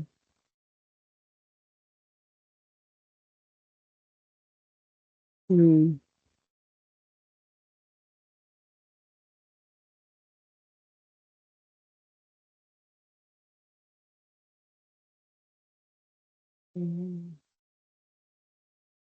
All right, I'll change it to speaker. Maybe that will help. Okay. All right. I am Michelle, are you all set? All right, we'll go back on the record. Okay, back on. We'll resume our hearing, and we have Rutland presenting their budget next, and they'll also be speaking to the enforcement letter sent from the board. Can each of you please raise your hand and I'll administer the oath? Do you solemnly swear that the evidence you shall give relative to the cause now under consideration shall be the whole truth and nothing but the truth, so help you God? I do.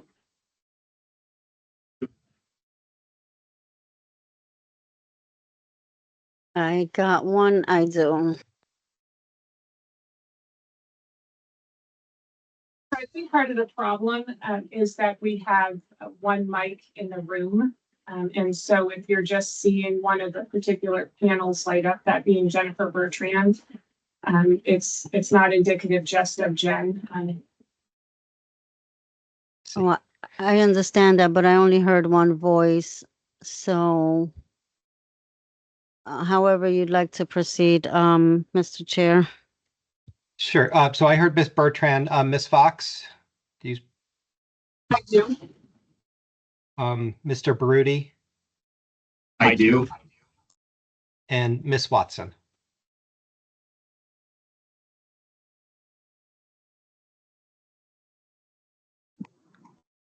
I do.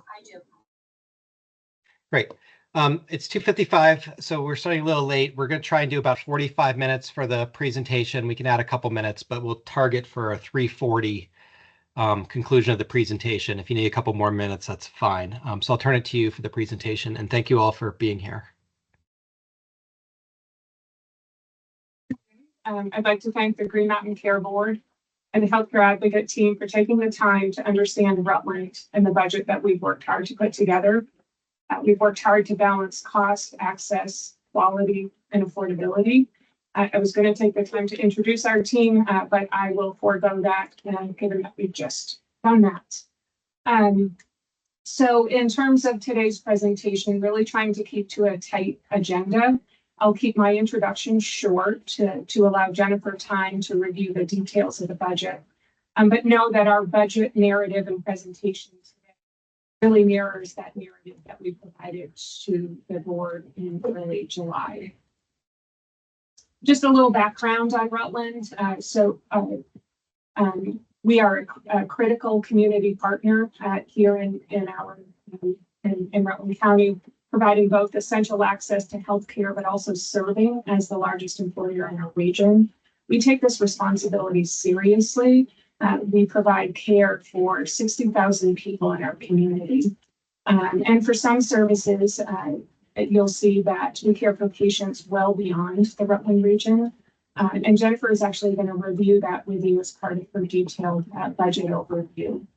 We continue to see demand for healthcare services, and it's really striving to support patients in receiving care in the right setting with the right providers. To that end, we do treat about 34,000 ED patients. We perform 5,100 surgeries, care for 6,300 inpatients, and provide testing, diagnostic, and ancillary care for more than 275,000 patients. And we employ over 1,800 employees, including 76 physicians and 49 advanced practice providers. We have credentialed over 325 medical staff who represent 43 different specialties. And I'm humbled to say we have a committed and dedicated volunteer team who provide more than 30,000 hours of support to our staff and community, really indicative of that community support that we are so fortunate to have here in Rutland. In terms of our services, we are the second largest hospital in the state. And as in that position, we have a broad range of services. We really strive to attain centers of excellence for all of our service lines. It is important to note, and I would ask that as the Green Mountain Care Board considers benchmarks and costs, that you take into consideration services that are provided. For instance, our medical and radiation oncology services drive significant pharmaceutical costs, and our inpatient acute physiatry program drives long length of stay, both of which serve to drive our cost per adjusted discharge. Excuse me. It's also important to note that we don't employ primary care. Most of our primary care services are organized within our community in an FQHC structure and are further supported by a few private primary care practices surrounding and included in the Rutland region. Moving on to recognition and quality, we're proud of our recognition and commitment to quality. Our longstanding recognition in orthopedics, our long history of being a magnet organization, and the recognition to patient safety all demonstrate our dedication to quality. But we know there's always more. We know we have a responsibility to our community to continue to improve. We remain committed to quality, as is demonstrated in our strategic plan. Our 2024 strategic plan prioritizes a focus on optimizing quality care delivery, advancing our culture of safety, and improving health equity. The plan provides specific measurable outcomes to help us achieve our goals as we continue to meet the needs of our patients and the community we serve. With the highest level of those goals noted as regaining our 5-star rating and attaining redesignation of our magnet program. Over the past year, our mission and vision has been restated to reflect today's healthcare environment and the call to action for Rutland. Our mission is to provide high-quality hospital and specialty care for all through the strength and compassion of our people, and our vision to excel at meeting the needs of those we serve as the preferred healthcare provider and employer. Both serve to guide our strategic plan. Our values, excellence, professionalism, innovation, collaboration, and compassion have also been modernized and reflect Rutland's desire to become an employer of choice, building an employee experience that will allow us to continue to recruit and retain valued employees. We've made some progress from our most dire states where we had 200 vacancies and are now seeking about 150 more employees. Our values will serve as the foundation for selecting and retaining our staff, which allows us to continue to promote. In terms of our strategic plan, we've worked diligently and deliberately over the past year to develop an aspirational multi-year strategic plan that focuses our work and links to specific measures. These goals, employer of choice, access to care, quality care, financial stewardship, and transformation are not mutually exclusive. Rather, are independent and require broad commitment and success. The strategic plan serves as the roadmap to allow Rutland to continue to be focused and disciplined in healthcare transformation. As far as our plan goes, our plan is a balanced approach that includes 5 strategies, 12 objectives, 13 high-level metrics, and hundreds of metrics that we refer to as success measures that track our progress in a more detailed fashion. A lot of detail here. Certainly happy to take any questions later in this presentation or any follow-up too. This leads to transformation. We agree that the current trajectory of healthcare is not sustainable. Care delivery needs to be transformed. Infrastructure needs to be built. Today, Rutland loses $39 million from state and federal payers, meaning our cost of care is $39 million more than the reimbursement we receive. And our community is aging. In the next 5 years, the Rutland community is projected to lose 12% of its working class. We have the perfect storm: an aging community, increased demand for access, deterioration of our payer mix, resulting in fewer commercially insured patients, an aging plan, and a highly competitive market for our workforce. We pledge our commitment to support and collaborate as Vermont seeks innovative approaches that result in better access, higher quality, and lower costs. In terms of Act 167, we appreciate the work that Oliver Wyman, AHS, and the Green Mountain Care Board has taken on. As outlined by Oliver Wyman, Rutland is positioned to grow and provide services that currently have long wait times or travel requirements. Opportunities identified included capturing both inpatient and outpatient services, including obstetrics, cardiology, general surgery, pulmonary, and building more access to services such as orthopedics, eye care, primary care, inpatient dialysis, and ICU level care. While at the same time, we know we must continue to be committed to realizing efficiencies and cost savings. As for the Oliver Wyman potential recommendations, some initiatives have been identified in our strategic plan, while others will require more evaluation. We must engage with the state, federal, and community healthcare partners to determine how best to meet the needs and challenges that have been identified. And I'll end with collaboration. True transformation and improvement in care delivery will take all of us across the state. Green Mountain Care Board, Agency of Human Services, state government, partner hospitals, our payers, our primary care networks, our designated agencies, and our critical community partners. As was discussed throughout yesterday's Green Mountain Care Board meeting, the need for Vermont hospitals to live on Medicare margins is becoming increasingly more important. This goal will require all partners to reach success. Hospitals need to continue to find efficiencies and open up vital access. State infrastructure needs to continue to be provided to support post-acute care. For Rutland, this issue alone cost us over $6 million a year, and definitely is part of that $39 million loss in our Medicare and Medicaid program. We need to continue to recruit primary care providers, and those recruitment needs to be funded to mitigate care that is being provided in emergency rooms and that could and should be delivered in primary care offices.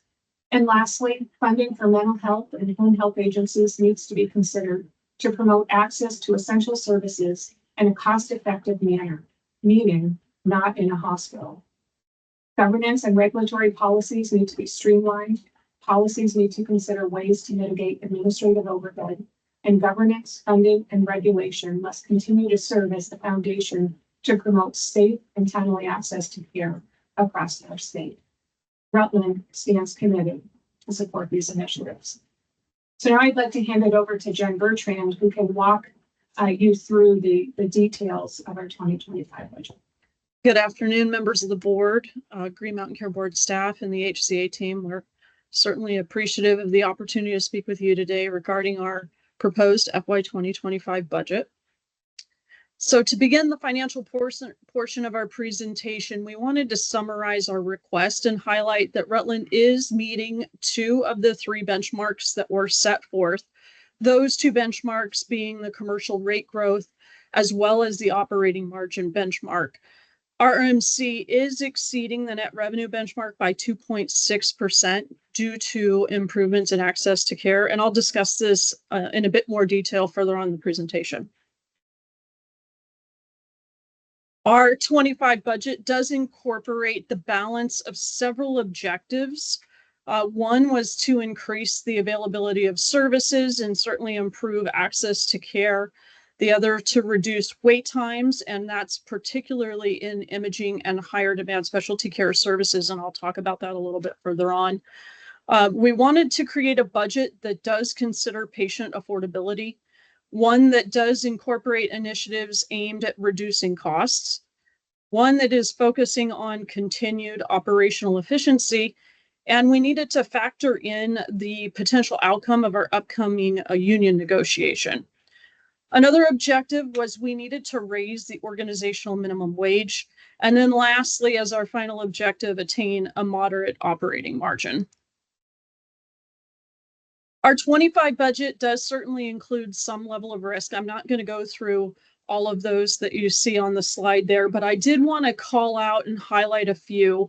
And as you've heard others say, and you're going to hear this, more as hearings continue on, that we continue to face workforce challenges in healthcare. Recruitment and retention efforts are certainly challenged by inflationary pressures, and of course that lends to wage compression, and then the workforce availability. That's one of the biggest impacts on our workforce. And that always is an issue when you're trying to strike that balance between financial stewardship and of course, adequately supporting the needs of our workforce. We've been prioritizing initiatives focused on recruitment and retention, and we continue to develop talent pipeline support. And just as an example, we've added a clinical instructor position for our imaging areas. Attracting technologists has been increasingly challenging, and it's really been more so since the college that we had in our area closed a few years ago. Posing an inherent risk to our budget is our upcoming labor negotiation. We did incorporate an increase in nursing labor expense into our budget. However, with the evolving landscape and the competitive market, that may necessitate some further adjustments beyond what we had initially planned in this budget. Another risk within our budget is further erosion of the 340B program. We have a specific slide on this, and I'll touch on that a little bit more later on. But the continued impact of the manufacturer constraints on the program has really reduced that revenue that we've been relying upon. So we've had to make sure that we're actively engaging our state and federal partners in order to communicate the benefits of the 340B program. And lastly, any unanticipated loss of a provider in our organization can have a significant impact. So to ensure that we do not compromise on access to care, we do leverage reliance on locums and per diem coverage to address any of those vacancies, just knowing that that does come at a higher cost. To counterbalance the risks, I do want to highlight some opportunities that RMC has recognized. One is an observation by Dr. Hammery that RMC is well positioned to provide our range of specialty and hospital-based services to neighboring communities. And frankly, we've been experiencing a rise in demand for services from patients outside of our health service area. And again, I'll touch on that in a little bit in the next slide. One area of opportunity for us is technology solutions and leveraging those to be able to enhance efficiency, streamline processes, and really reduce manual efforts, which will obviously provide some cost savings. Right now, we're currently evaluating some solutions within our supply chain area that we anticipate will accomplish just that. As it relates to workforce efficiency, we recognize it's important to explore innovative approaches to workforce allocation, and that includes expanding and enhancing internal resources for nursing and ancillary staff. Being able to facilitate cross-departmental training for comparative job roles is another way of doing this. And really, we've been continuing to mature our position control process, as well as leveraging our labor benchmarking tools. And with regard to cost-sharing initiatives, sharing provider time and salary with other facilities is certainly an area to expand. Cooperative purchasing agreements is another, and leveraging cost sharing just to receive that highest tiered pricing with some of our vendors is another example. And then lastly is resource optimization and continuous process improvement. We are constantly identifying and optimizing processes that utilize manual intervention and trying to automate those processes, and really incorporating a recurring strategy to evaluate and implement evolving best practices, because they do change every few years, and improving processes. That's really a sound practice. And as I mentioned, just experiencing an increase in patients from outside our HSA seeking services. So just wanted to highlight that those services do include orthopedics, inpatient care, oncology, as well as emergency services. And it's also worth noting that in our imaging services, especially CT, that's also being sought after. And where are those patients coming from? Primarily, those patients are coming from Windsor County, from Bennington, as well as Addison County, in addition to that. Just a quick note, as the slide advances here, on our 2024 projection, we've been experiencing an increase in utilization in FY 2024 that's going to carry forward into our FY 25 budget. In February of 24, we did open an expanded infusion center. We created a new, more comfortable space and improved the patient experience, and we added 4 additional infusion stations at that time. That expansion was really the result of rising demand for infusion services within our HSA. And in May of 2024, RMC brought online a second CT scanner so that we could increase access, so that we were meeting patient demand for that service, not only within our health service area, as you heard me mention, but also outside of our HSA. So with those services coming online and with the increased demand for surgical services that we've been seeing, we are projecting that our net revenue will exceed budgeted expectation by about 2.5%. And when our 25 budget was formulated, we did use our 2024 projected performance as the basis for our 2025 budget. To touch on net revenue, and we'll spend a bit of time here. Our RMC's net revenue budget does Ms. yield. Bertrand, can I interrupt for a second? Can you go back? I want to make sure I understood that. The last slide. You said, I'm sorry to interrupt. I want to make sure I understood it right. You said the 25 budget is going to be, you're expecting to be 2.5% over what? It's the 24 projected revenue is projected to be over budgeted expectations by 2.5%. 24 projected is going to be okay. Yes. And then this budget is built off of incorporating that overage. Correct. Okay. Yes. All right. Thank you. And we certainly, and we'll talk a little bit more because we are layering on other new services as well in the 25 budget. As for revenue, it does yield a 6.1% increase over the 24 budget, recognizing that this is one of the Green Mountain Care Board's benchmarks that Rutland has not met. I do want to draw attention to the chart, however, on the right, that does provide a categorization of the sources driving that net revenue increase. And you can see that of that 6.1%, 4.3% of that is the result of increased utilization and really improving access to care. And I want to mention that originally these calculations that we have on this slide did match those that we reviewed with staff from the Green Mountain Care Board. However, in yesterday's presentation, the numbers were a bit off. So Elena, I certainly welcome working with you and the team just to ensure we're working from all the same numbers. And in the next slide, I just want to touch on some areas of focus that we're improving access to care to meet those increasing demands of our patients. Next slide, please. Go. The access to care initiatives that we introduced in 2024, which was that infusion expansion as well as the second CT, that's going to now have a full year impact in FY 2025. And additionally, this is where the layering comes on a little bit. We are going to acquire a mobile MRI unit so that we can reduce wait times in that particular service line and be able to meet patient demand. Also, due to some demand that we've seen for surgical services, particularly, as you've heard me mention, in orthopedics, not just in our HSA, but again, outside of our HSA, we are adding 5 additional OR days per month to our surgical schedule. That additional time will accommodate not just that increase that we're seeing in current demand, but will accommodate the new surgical providers that are joining us this fall.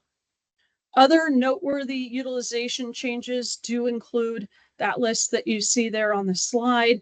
And I want to mention that endoscopy services also is another area that we are hyper-focused on addressing wait times as well as we have a bit of a backlog in endoscopy as well. So it's one other area I wanted to mention. You certainly heard us draw attention to the persistent challenge that we have pertaining to our custodial patient population that we care for. I just want to highlight a few things here.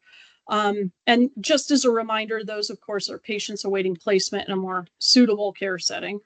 But for our FY 2025 budget, we are anticipating that about 8.4% of patient activity is going to be allocated to caring for those patients. And as a reminder, that's very little or no reimbursement for those patients. Right now, we care on average per day for 6 to 8 custodial patients, which is kind of limiting our ability to accept acute care patients. And the cost of caring for those patients is about $6.2 million.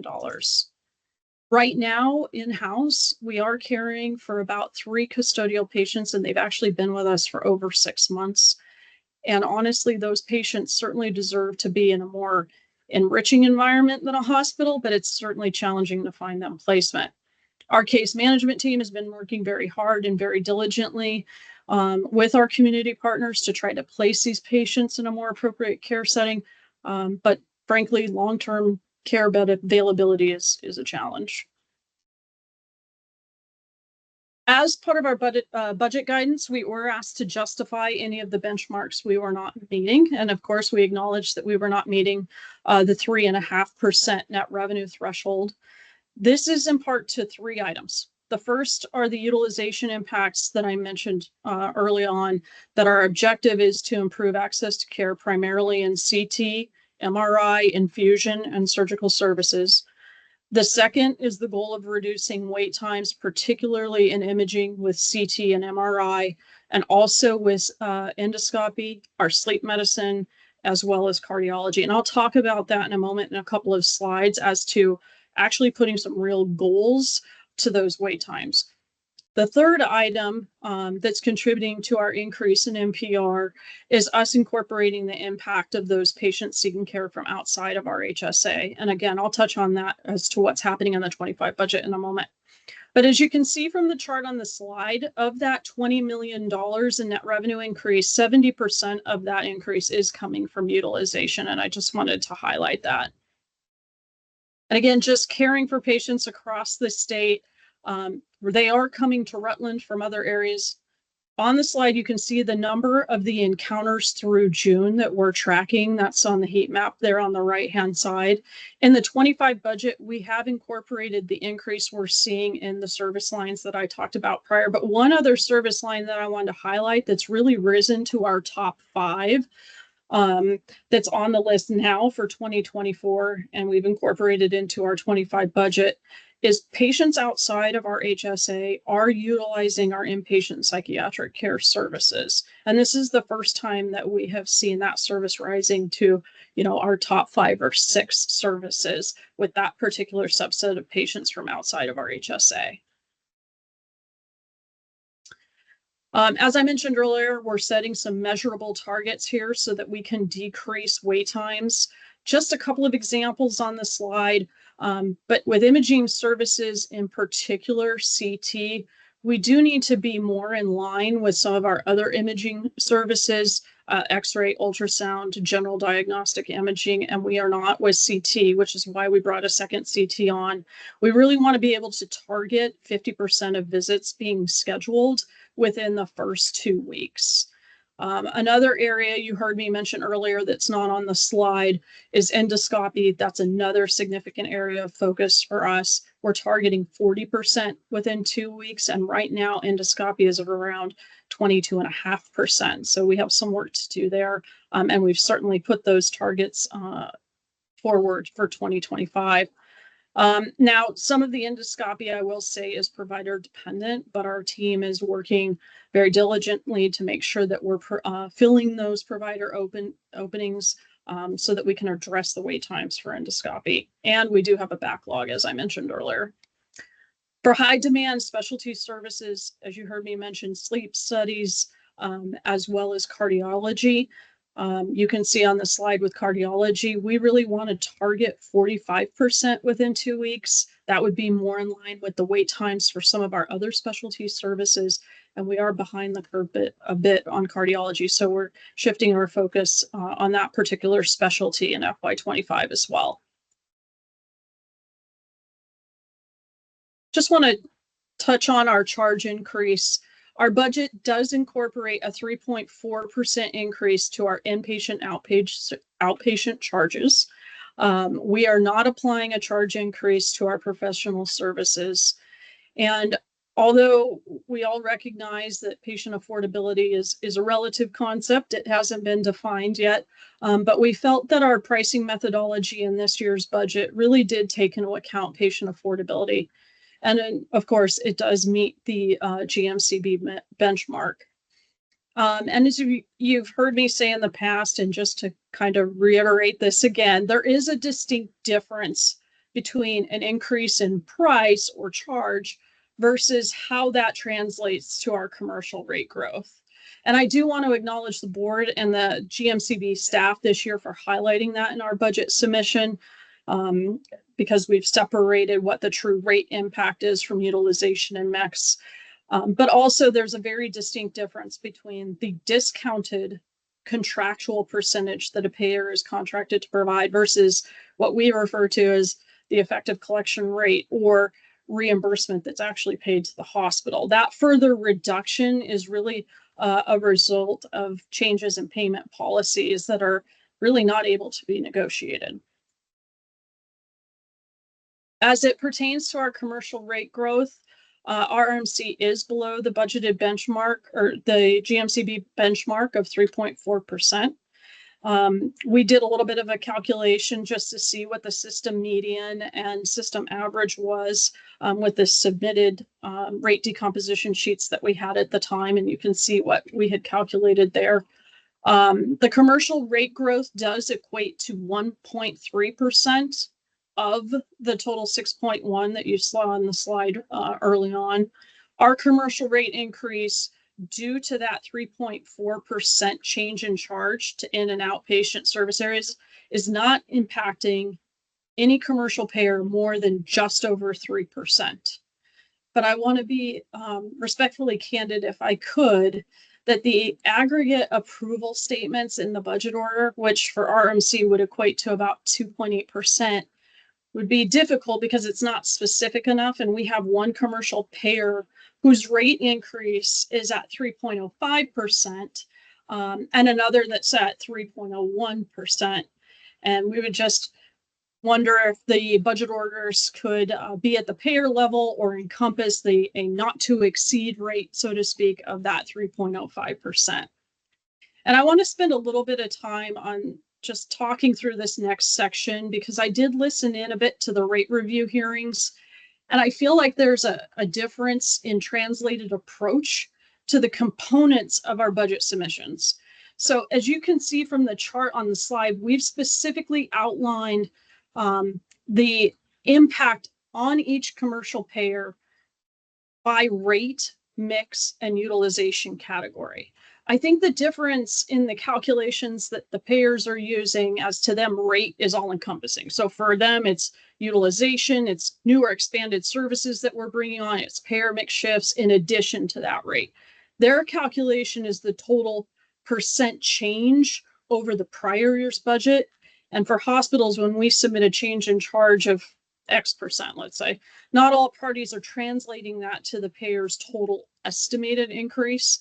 So when we've spoken to and the way we've associated the rate, if you will, it's generally that change in charge or the impact of that change in charge.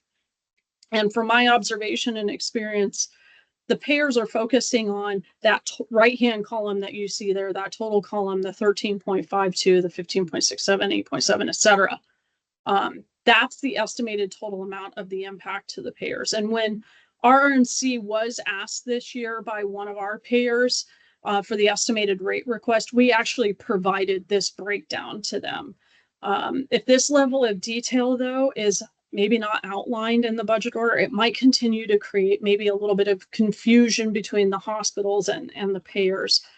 Keeping in mind all of this plays into hospitals exceeding their budgeted net revenue, like RMC, whose utilization and access to care has increased over the past few years. It does create a term that I had listened in over rate hearings as an overrun. Our total claim impact, though, to the commercial payers will obviously be higher, which is in essence that cost growth that they're experiencing because of those increases. And we all know that, you know, we can't refuse care to patients, and some of our initiatives are involving that improved access to care.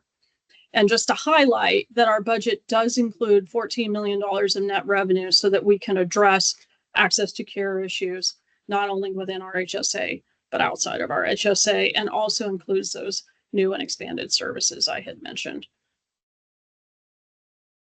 I do find it valuable each year to tie the proposed commercial rate growth to the inflationary impact that we're experiencing. And so for FY25, RMC's total there on the left, you can see our estimated inflation is $7.3 million. Which equates to about $2 million when you take the payer mix for our commercial payers and any additional reimbursement from government payers or other payers. And you take into account then what we all refer to as the cost shift, you know, and any payer policy impact that we might be experiencing. That goes into our calculations. And this year, that additional amount to the payer would have been $4 million. The Medicaid shortfall this year was 1.1 million. Our Medicare shortfall was 1.9 million, and we had the remainder in payer policy change impacts. We understand that $4 million in totality is a lot to shoulder, and really in consideration of, again, patient affordability, we did make the decision to absorb approximately half of that $4 million shift, which really equates to about a 1.3% reduction in commercial rate. And that doesn't include the cost saving initiatives that I'll talk about in just a moment. Segueing just quickly and, into other categories of the budget, I don't want to spend a lot of time on other revenue, but it is worth mentioning. You heard me say this in our inherent risks in our budget that 340B is an area that continues to erode. And you can see here on the slide, it's significantly declined since 2021. And we've really had to deliberately focus on improved access to care and in introducing new and expanded services so that we could make up for that shortfall. Just to move on to expenses, just quickly on operational efficiency. I touched on some of these in the opportunities section. I'm not going to spend a lot of time here, but we do focus on finding operational efficiencies where we can. But this we recognize as an ongoing task. This job is never done. And as you heard me mention before, as best practices evolve and technology advances, incorporating processes and improvement strategies is certainly a valuable practice. And the list here on the slide are just some of the few initiatives that we're currently working on to advance those operational efficiencies within the organization. And really, one of the highlights of our budget are the cost-saving initiatives that we've incorporated. And we have found a total savings of approximately $3.8 million. We have several projects that are contributing to this. The first is we did revise our approach and management of our premium pay structure. And in order to reduce reliance on contract labor, we were able to more effectively leverage some internal resources and optimization of staffing. We're integrating some physical areas within the hospital so that we can gain some operational efficiencies and optimize the allocation of staff in those particular areas. We did incorporate some FTE reductions. You'll see that on a slide here in a moment. We did increase what we call our vacancy factor so that it's more in line with our current trend. And then lastly, as a result of those cost-saving initiatives that we did in 2024, as well as what we've built into our next year's budget, you can see from the chart below, that's having a positive impact on our cost per adjusted discharge. And recognizing that this has been an issue for RMC in the past, we've really been diligently trying to work to reduce this over the past couple of years. Next slide, thank you. Our cost-saving initiatives certainly not only have an impact on our cost per adjusted discharge, as I just mentioned, but it has an impact on the requests that we brought forward for commercial rates. Over the last 2 budget cycles, we have saved a total of $8.8 million, not including that 1.3 reduction I just spoke about a couple slides ago, as a result of us sharing in that cost shift in 2025. We've been able to reduce our commercial rate ask by nearly 6%. If we combine those two things over the last 2 years, it would be a total reduction of 7.2% and approximately $10.7 million. Expenses, we acknowledge expenses are increasing by 5%. 63% of that increase is in salary and benefits, 86% of that 63%. Love the math, what CFOs do, is increase in clinical salaries. Other expense budget includes 3% COLA that we incorporated. Again, we did increase the organizational minimum wage. Our overall benefit expense increase, we incorporated 3%. We did include estimates for our upcoming union negotiation. We did include the employer portion of the child care tax that was implemented. And then we did incorporate an increase of our 403B plan match. We really need to progress toward increased competitiveness in the market. And as you heard me say, recruitment and retention efforts are certainly challenged. And so we did increase that in this year's budget. That obviously has that balancing act and impact on trying to manage between revenue and expense growth. But I think with this budget, we were able to strike that balance. I just want to quickly highlight a couple of items from the wing and buy exercise we were asked to do as part of our filing. We know that admin in general line on the cost report contains a wide variety of expenses. And frankly, we don't have any other line really to put those on for the cost report in order to be classified correctly. So a large portion of those departments that hit on that line really do go to providing essential support for our patients. And just as quick reference, they do include departments like quality and safety, our infection prevention department, case management, our community health team. There's many more, but just to highlight those that have direct patient contact. No matter if we use the wing and buy classification though, or our RMC's defined classification of costs, which was what we were asked to do in the exercise. If you calculate the difference between our latest filed cost report in 23, as you can see on the slide, and compare that to 2019, our admin and general costs have decreased by 7.5%. And the last 3 filed cost reports have certainly decreased as well. Just lastly, for expenses, just want to quickly touch on that our FTEs are increasing by 11. However, those are related to those initiatives that I had mentioned earlier with some of the things that are listed at the bottom. And then those positions that support recruitment and retention efforts. And I think that wraps it up for the expense section. Next slide, please. I just want to quickly touch on our margin and bond covenant compliance. Next slide, please. Our budgeted margin does meet the Green Mountain Care Board benchmark, and that margin will mostly fund the capital needs that support the access and operational efficiency initiatives we've talked about throughout the presentation, but I'll talk about that a little further when we get to the capital section. Just from a bond covenant perspective, just as a reminder, not too long ago, we were in breach of our bond covenants. We've certainly spent the last 2 years stabilizing the balance sheet, and really, unfortunately, that recovery has only been achieved through the suppression of capital spending. So on top of the slowdown that everyone was experiencing with COVID, that breach really caused an additional slowdown for us here at our RMC. And it impaired our ability to really reinvest back into our capital needs. And as you can see toward the bottom of the chart here, what our age of plant looks like, our facilities infrastructure is aging significantly, and we really do need to make some meaningful progress on this. And just to quickly touch on the capital budget, we just showed you here in a bridged version of the sources and uses, just to understand where that $9.2 million in margin is going to. And go ahead and skip forward for me. And this is just highlighting the high-level categories of capital spend and the funding sources. I do want to note that some of the items within those categories are subject to CON approval. But you can see from the funding sources section, we're making some significant capital investments in 25.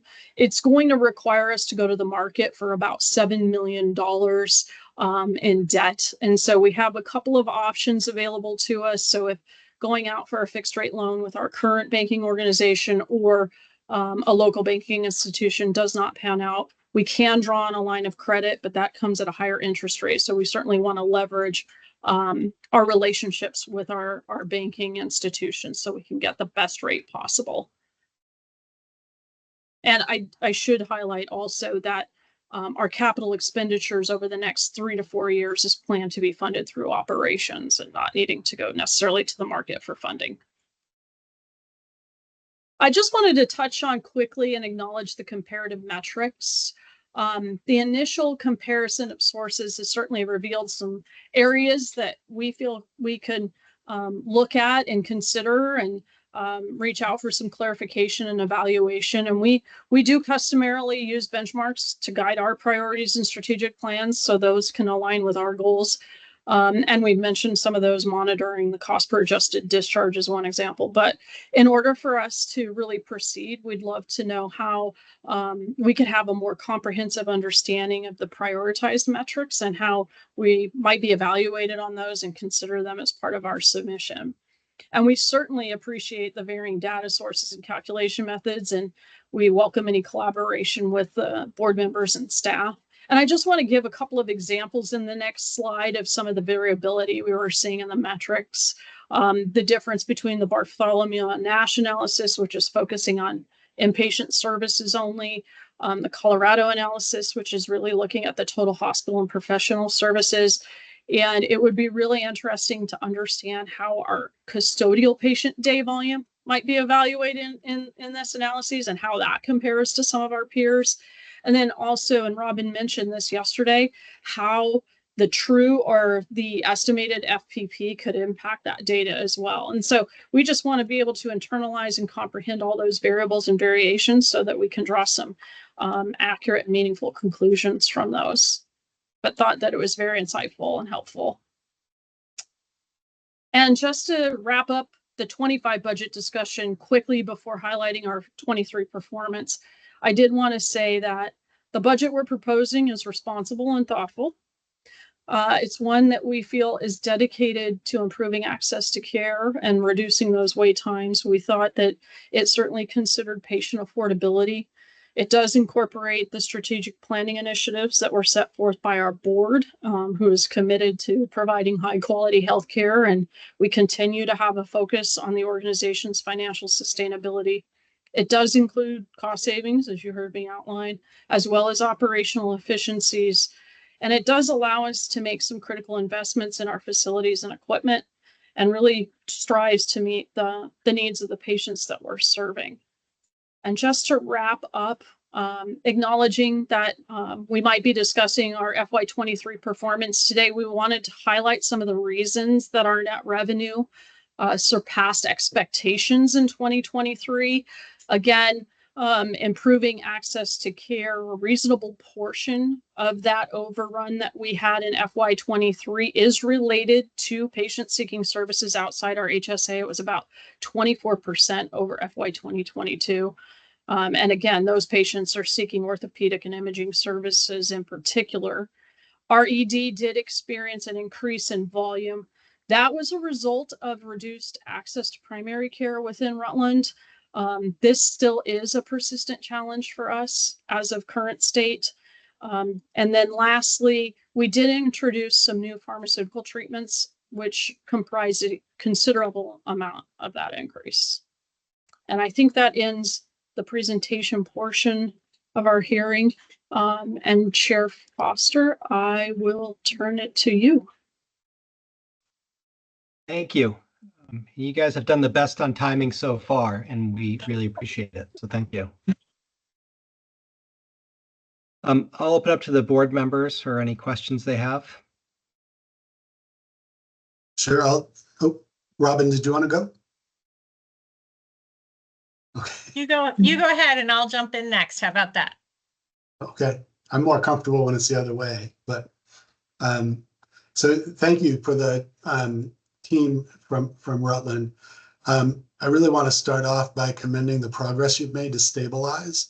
In the 3 years that I've been involved with the board, I've really been able to see that progress. And I've also seen your responsiveness to our feedback in prior budget reviews. I listened, I read all the documents, and from the presentation today, I really thought I should also commend your efforts to reduce the cost per adjusted discharge and the reduction in administrative costs with the Wang and Bai analysis. I was very pleased to see that. And just your willingness to work with us to prioritize benchmarking variables for your organization. I thought that the way you said that was very welcoming. And you'll realize that those priorities will change for each hospital. And so we're in the process of gathering our data and learning how to look at that. Another place that I wanted to commend your efforts, in your narrative on page 16, you talked about community benefit. And you also showed in the diagram of data sources that you're familiar with the Lown Institute's fair share spending data. And I just want to call out that RRMC is one of only 2 hospitals to be providing more community benefit than they receive in tax benefits. So I think you should be applauded for those efforts. You described your community needs assessment, also in the narrative, and the 4 focus areas of housing, mental health care, care for aging concerns, and childcare and parenting were the 4 kind of buckets that you talked about. Some of those are beyond your control clinically, right? I understand that. In your narrative, you explained your 6.1% NPR as being driven by utilization and needs. And you go on to specify that outpatient services, lab volume, diagnostic imaging, pharmacy, and endoscopy are the drivers. Would you please describe for me how increases in those services are related to the needs you identified in your community assessment?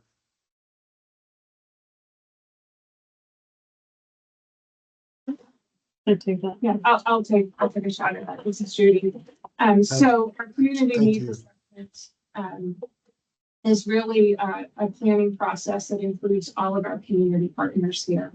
And there is a decision that has to be made for the implementation of any initiatives that come out of that community health needs assessment. There are a couple of pathways that we take to try to respond to some of those needs. There's the first consideration as to what should Rutland Regional Medical Center do. So if you looked at our strategic plan, in particular, the detail within our employer of choice plan, we are considering a play in both housing and daycare, and trying to decide where Rutland needs to support our community and, quite frankly, our staff. And we see that as a significant value to both recruitment and retention. Just last week, we had an offer out to a diagnostic imaging therapist who had accepted our offer, came to our community, and later turned down the offer because of lack of housing. So it's real. And so you'll see that our strategic plan, happy to provide it in detail, really speaks to those pieces of community health needs assessment that we think as Rutland Regional Medical Center, we should lead. In addition to that, and included in our narrative, we do have funding through our Bouse Health Trust. And so using our community health needs assessment, if we believe there are needs within our community that we shouldn't lead, but maybe we can provide some seed money or funding, we do connect to about $325,000 a year that we provide to our community partners, specifically to respond to some of these needs coming through the health needs assessment. Thank you. And similarly with your the 2023, the actual NPR exceeded the board approved NPR by, if I remember from Chair Foster's letter, about 3.5%. In your letter explaining that from June 12th, you reported that a large portion of the overage was due to increased utilization. And you broke that down into service line, and the pharmacy service line had the highest variance at around $16 million. The next variance, the next highest amount of variance at 8.4 million was other. And I'm wondering if you could help me understand what the other service line might contain and how that would relate to community needs. So there are hundreds of services that we provide that in aggregate make up that total. We do have a threshold in terms of where we think there's materiality in reporting. Jen, can you offer any detail? Yeah, so there were several other service lines, endoscopy, imaging, substance abuse treatment, orthopedics, cardiology is another one, general surgery was one other area that we had. Just seeing if there was any other ones that I'm missing here, but I think that may capture what may be driving some of that other category. One other worth mentioning probably is, no, I think I got it. I think that would be it. It's helpful. I think I've watched how you all have, paid attention to our questions in the past, and so I imagine you can see what I'm trying to do here is that some overage in utilization could be welcome if it was directed toward a specific community need, right? And we see over and over again that mental health comes up, but we don't often see big changes in mental health, the mental health component of a budget. And so what I'm trying to just do is see where the dollars are flowing and if they're flowing toward community need. So thank you for your answers with that. And I trust you understand what I'm trying to do and can help us out. In your present. So if I could just respond. Please do, yeah. Health needs assessment, we really look and track at wait times. And so we're using that wait time information to make informed decisions as to where we should offer expanded or increased services, and using that as kind of a foundation for our budget. I will tell you in terms of our position in behavioral health and mental health, outside of having a strong relationship with our designated agency here in our community, we do offer outpatient behavioral health services. We have an inpatient, as you know, psychiatric service, both a medical unit and what we call our intensive care unit that we manage for the state of Vermont. And we manage an opiate addiction center where we treat about 300 patients a day. In our behavioral health space, I'm really happy to report that within the next few weeks, we have added 2 advanced practice providers to our behavioral health provider contingent to allow us to respond to some of those wait times. Thank you. That's helpful. Also, in your presentation, you listed the several data sources. The Lown Institute was there. The RAND data were also there. And when I was looking at that data and looking specifically at Rutland, your total facility price is listed at about 303% of Medicare, while the state average is 298%, and the national average is 269. That state average of 298 is kind of inflated higher than it would be because of the largest hospital in the state being quite a bit higher. How do you interpret those data? What do they mean to you, and what type of action might you take because of those data? And I took a look a little deeper into the RAND data, frankly, and I found it interesting that on the outpatient side, I think the percentages are something that, looking further into it and analyzing it, is we notice that in outpatient, we are the 3rd lowest reimbursed in rural hospitals from Medicare for the outpatient book of business, and on the inpatient side, so that's going to increase that percentage, of course. Yep. And then for the inpatient side, I noticed that some of my peers were anywhere from 2 to 8% better paid by Medicare than our RMC. And so what we've taken away from that data now is just going back to the table and really trying to analyze what are the mechanisms in that differentiation between what we're seeing in the peers and what we're doing, and how we're looking at that as part of our cost report filing. Could be the wage index, could be differences in base year. So there's many factors, as we know, that could go into that, but it was interesting to see just the differences. And on the outpatient side being the 3rd lowest in rural, it was eye-opening. Yeah, well, I appreciate having this dialogue, because that helps with another feature. The 303% of Medicare for the total facility, your break even percentage is only about 11% less. And the gap between the commercial price you're receiving and the break even, that the size of that gap is considered a measure of efficiency. And 11% is small, meaning you're highly efficient in that data. But the overall, the break even number being way over 250% doesn't quite jive with the rest of the country and the rest of the state, where the average is around 120.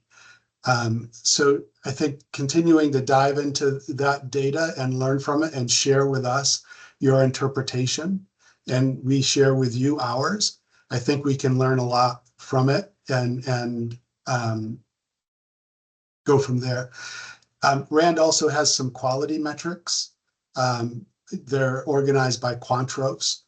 And in those measures, RMC is in the bottom quartile.